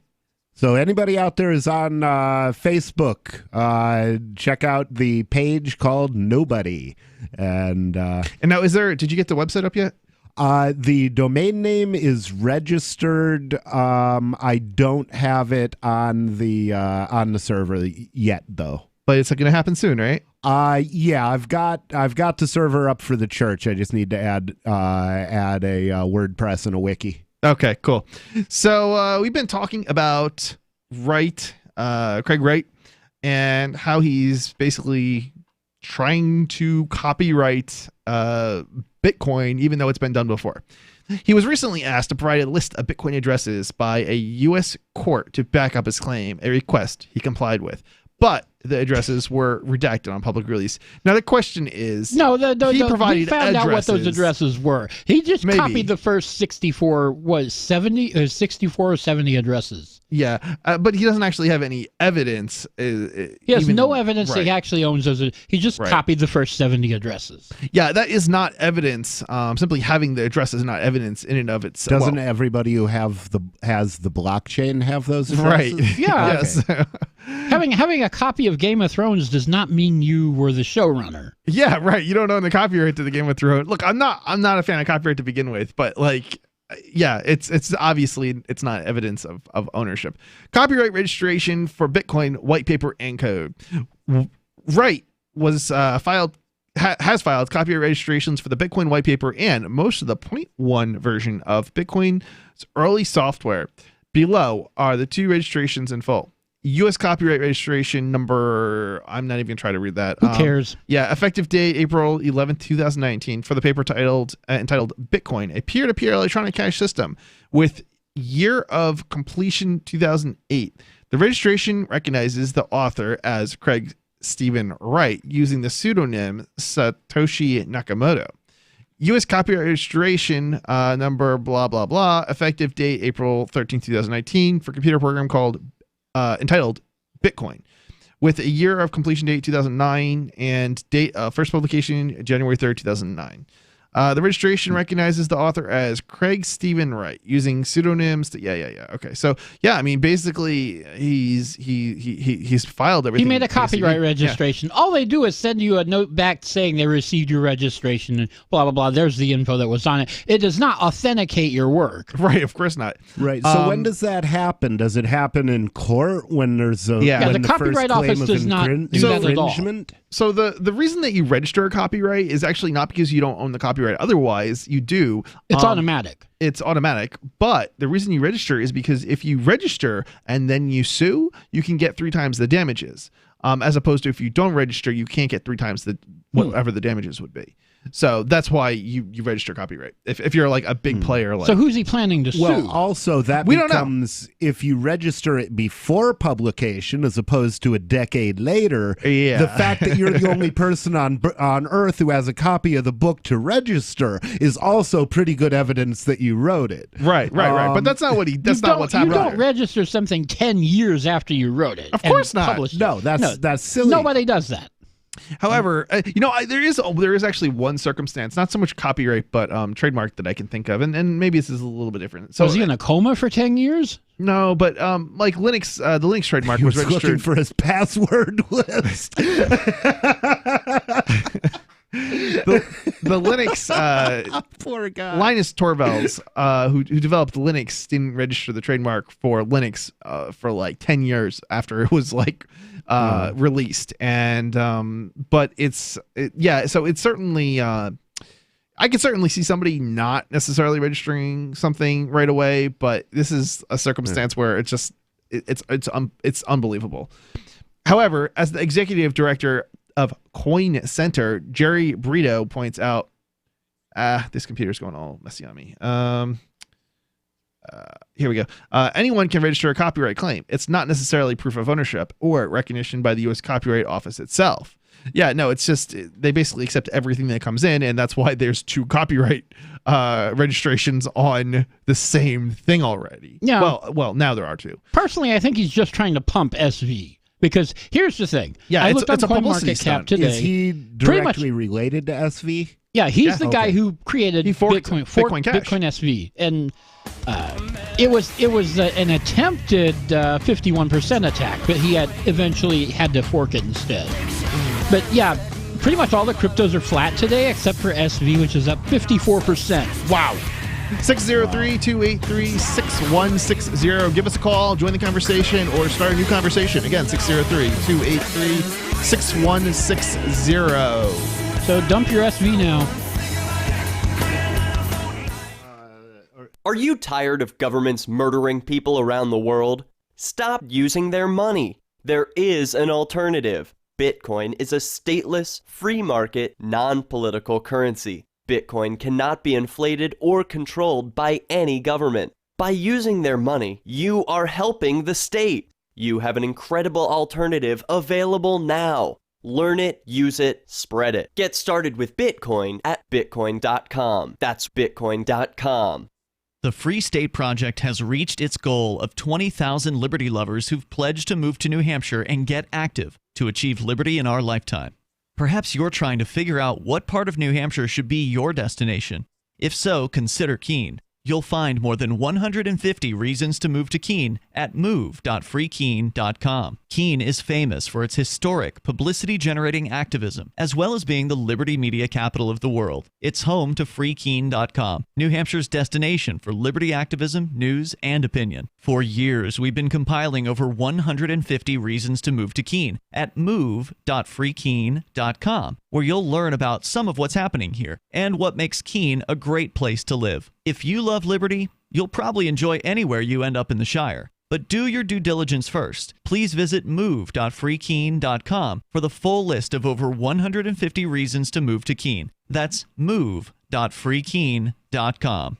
Some of you asked, and now we've delivered. LRN.FM's live Keene, New Hampshire studio shows are now streamed in HD on Twitch. Visit our channel at twitch.lrn.fm and give it a follow. If you have Amazon Prime, you get 1 free subscription on Twitch. If you use it on our channel, Twitch will give LRN.FM a monthly piece of your Prime subscription cost. So please watch, follow, share, and subscribe to twitch.lrn.fm. That's twitch.lrn.fm.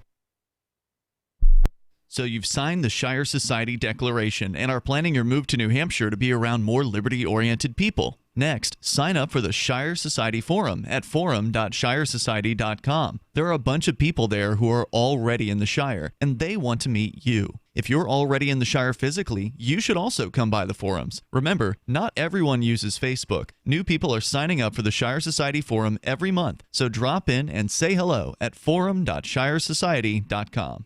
Did you know you can listen to LRN.FM via our free-to-air satellite channels? We have channels over nearly all of North America and much of Africa. All you need is an affordable receiver and a dish as small as 30 inches. There are no monthly fees. Learn more at sat.lrn.fm. Plus, if you are a broadcaster or want to be one, this is a good delivery method for our content. See our coverage maps and get details at sat.lrn.fm. That's sat.lrn.fm. sat.lrn.fm. This is Michael Dean from the Freedom Fiends. I've run websites since 1996 and have used over a dozen web hosts in that time. AgristHosting.com is the only one that hasn't broken my heart. Agrist Hosting's uptime and service is stellar, and their DDoS mitigation is the best I've seen. That's important because if you tell the truth in this world, you'll ruffle feathers. And some people will try dirty tricks to silence your voice. No matter what the haters hit us with, Agrist Hosting keeps our websites online. If you have a mission-critical commercial presence or a world-changing activism site, you cannot tolerate any skullduggery.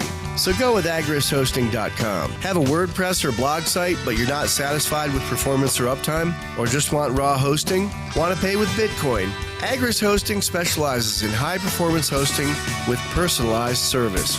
Go to agristhosting.com and click on the button that says Get Hosted. That's agristhosting.com. You can sign up to receive the latest about the Liberty Radio Network via our email updates at updates.lrn.fm. That's updates.lrn.fm.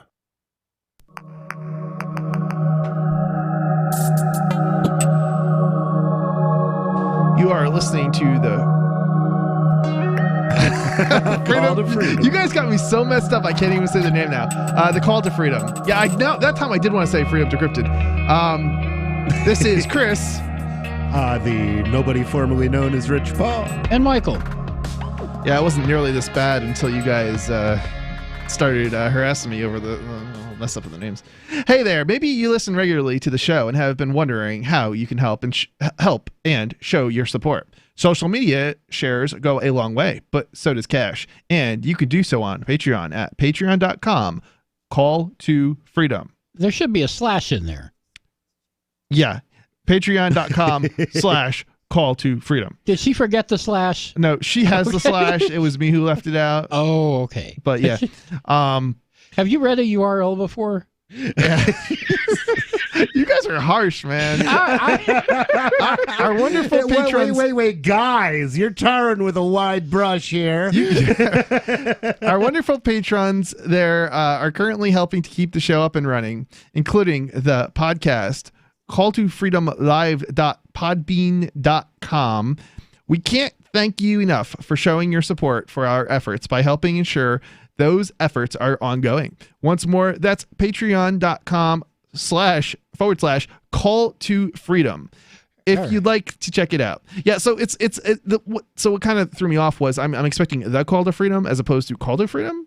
So yeah, we're kind of undecided as to whether to keep the or not, but I guess I'm kind of leaning towards not. Okay. But I hate that when I'm doing pages or whatever, deciding whether or not to put a "the" on it. It's irritating. Yeah, I would just drop it. Yeah, I mean, I think when I'm talking on the show, I feel like I need to add the Call to Freedom, but I don't necessarily know that it's the right move. It just seems like I don't know. It seems to work to me. It's got more entendres if you just do call to freedom, because the call to freedom is definitely a noun, but call to freedom could be call the freedom lovers. It could be call to freedom as in call to be free, like call to worship in Islam, because the guy who started it was a Muslim. Well, that's kind of where it came from. And so I like it without the better because it's more ambiguous. Yeah, I don't know. I think I don't know. I think at least when I'm saying it, I think on the show, like I feel like the call to freedom is better, but I don't know. Okay. We'll figure it out and make a decision and just let me know, and I'll try and say it correctly the way that you guys officially decide it's going to be. A controversial move. Despite the registration filing, many in the cryptocurrency community will still have their doubts about the validity. Numerous Bitcoin industry giants have slammed Wright as a fraud and labeled him fake Satoshi. Wright has recently launched a series of lawsuits against his detractors and doubled down on his claims. Now, that includes Roger Ver, right? I'm not sure. Did I don't know Craig where Wright Ver sue Roger stands Ver? on Wright. I think he was one of the people that was sued, but I'm not 100% sure. I don't pay that much attention to fake Toshi's lawsuit. Yeah. They're all frivolous and they're going to get thrown out anyway. Yeah, I mean, he's got no evidence to back up the fact that, or I shouldn't say the fact, the claim. Wright filed a libel lawsuit against Bitcoin podcaster Peter McComrick. A podcast? How big is this guy? You filed a lawsuit against a podcaster for talking crap about you? You are a... Yeah, I sue me too. I can't conceive. You probably tripled his listenership, right? Seeking damages of $130,000. Wait. Craig Wright is seeking damages of $130,000. Maybe that's his play because he's trying to profit off of basically false claims by suing people and then that settling. Could be, but he's got his whole Bitcoin SV here. You can just pump and dump. Sure, but why not also while you're at it make money off of suing people? Because that's not likely to work. You know you're not Satoshi. Okay. But you sue people. Maybe, but people don't want to deal with a lawsuit. I mean, most lawyers are probably going to advise them to just settle. So, and if his settlement is, includes a non-disclosure and you settle for, I don't know, how much do you think it's going to cost to defend a lawsuit? $30,000 maybe? Attorney's fees, probably that much. Maybe he's trying to make a quick $30,000 by, here and there while he's at it. If he's got a lawyer. I can't imagine Craig Wright is hurting for money that much. You wouldn't think so. He's got a lot of money, right? Because he has had crypto for a long time, like Bitcoin and stuff. Yeah. He's been involved very early days. He's a very wealthy man already. So yeah, it does kind of beg the question of why do all of this? Why sue people for these trivial amounts? Yeah. I mean, he's probably, I don't know the guy. Yeah, I mean, let's be honest, and I don't think any of us do, but he's probably a sociopath. It's probably along those lines. Wow. I mean, come on, even his lawyer should be telling him not to do this. That is just the hugest stretch I've ever heard in my life. You don't think so? 99.999% of criminals are not sociopaths. 99.999% of criminals have a conscience and disregard it. A sociopath is somebody who has a very rare condition that causes them to be born with zero empathy, zero compassion. That's not the case for your average person who just rips somebody off. So let me be clear here. When I use the word, I'm using it in from a perspective of I have no idea what a sociopath is, like technically speaking or medically speaking or any of that. I'm maybe just saying choosing a different word would be the right option. Because it's a bad word to use if you don't know what any word is. Well, bad no, I know what sociopath means, but like I don't know I don't know how large it encompasses of a group, right? And I don't know, like, is it, you know what I mean? It's like, I don't think most people are going to know that it's only a very tiny percent of the population. I mean, the word gets thrown around all the time. It gets thrown around a lot. I mean, and it's irritating because it's a very specific condition. I can see that. Most people just use it to mean bad person, which also conflating mentally ill person with bad person is also it's something that kind of it gives me a little twang of that's not right, because a sociopath actually isn't technically a bad person. They're a broken person. They're a person that was born incomplete.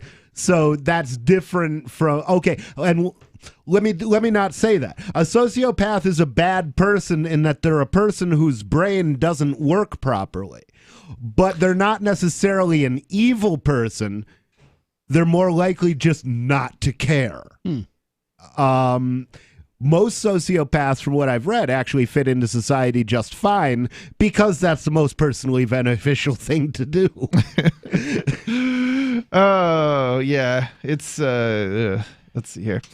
Crazy stuff here. Let's see. Wright filed we already said that. The community kicked back with Binance CEO Changpeng Zhao delisting Wright's Bitcoin SV from the exchange platform. That is interesting. Yeah, because he's a fraud. That's what he said. Yeah, he's only going to have more people calling him a fraud, calling him out on this as a result of these lawsuits. Yeah. If he just ignored it, it probably would go away.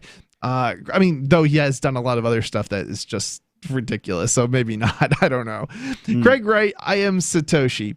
The copyright registration will act as a new ammo for Wright to support his claim. No, it doesn't, to the Satoshi But he'll name. use it that way. That's absurd. Maybe it will work against people who are like really, really ignorant of like copyright, but I guess that's most like people judges. Probably. I don't even know if it would work against a judge, like at least not one that specializes in copyright. But maybe because they don't really understand the proof. But I don't know. He maintains that that he wanted to create an honest system of cash and that Bitcoin SV is the true vision. Well, okay, so he did. I guess Satoshi did say honest system of cash. That's sort of what he said.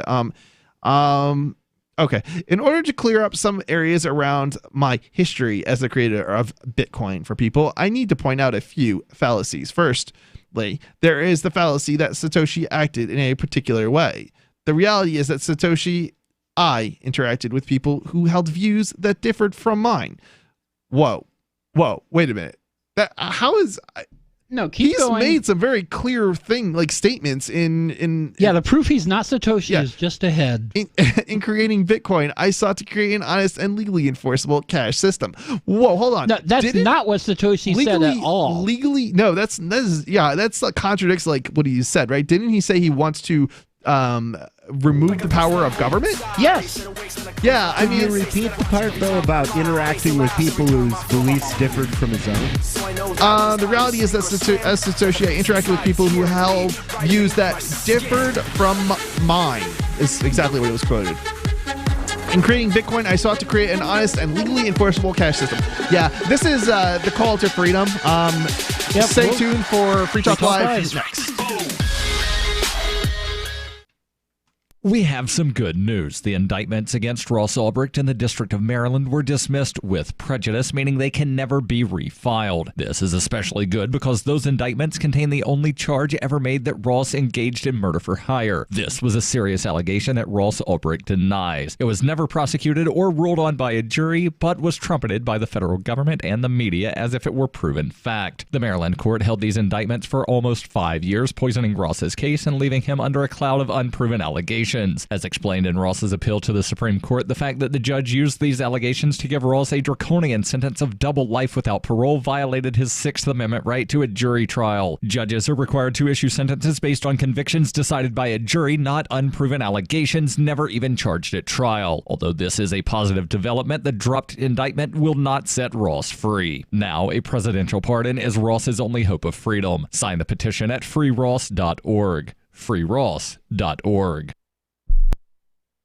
Now that you've found the Liberty Radio Network at LRN.FM, you may want to help expose others to our great programs. To assist you in doing so, you'll find resources at promote.lrn.fm, including details on how to get a free bumper sticker, quarter-page flyers you can print out and distribute, banners for your website, as well as files that will allow you to make your own custom banners and graphics. Visit promote.lrn.fm and help bring new listeners to the Liberty Radio Network. That's promote.lrn.fm. The new 4th edition of Healing Our World, The Compassion of Libertarianism will take your understanding of liberty to a deeper level and has over 1,300 updated references, new cartoons, and a foreword by Dr. Ron Paul. With discounts for multiple book purchases, the 4th edition of Healing Our World is a great gift for the liberals, pragmatists, environmentalists, and Christians in your life who think libertarianism is cold-hearted. Get yours today at healing.freetalklive.com and use promo code FTL for a $5 discount. You're 6 minutes away from a live episode of Free Talk Live. Listen live at freetalklive.com. This is the Liberty Beat, your daily source for liberty news and activist updates. Produced in partnership with SNLS News and listeners like you. Online at libertybeat.news and snls.news. I'm Mick Murrow with your latest edition of the Liberty Beat. Gold is trading at $1,278.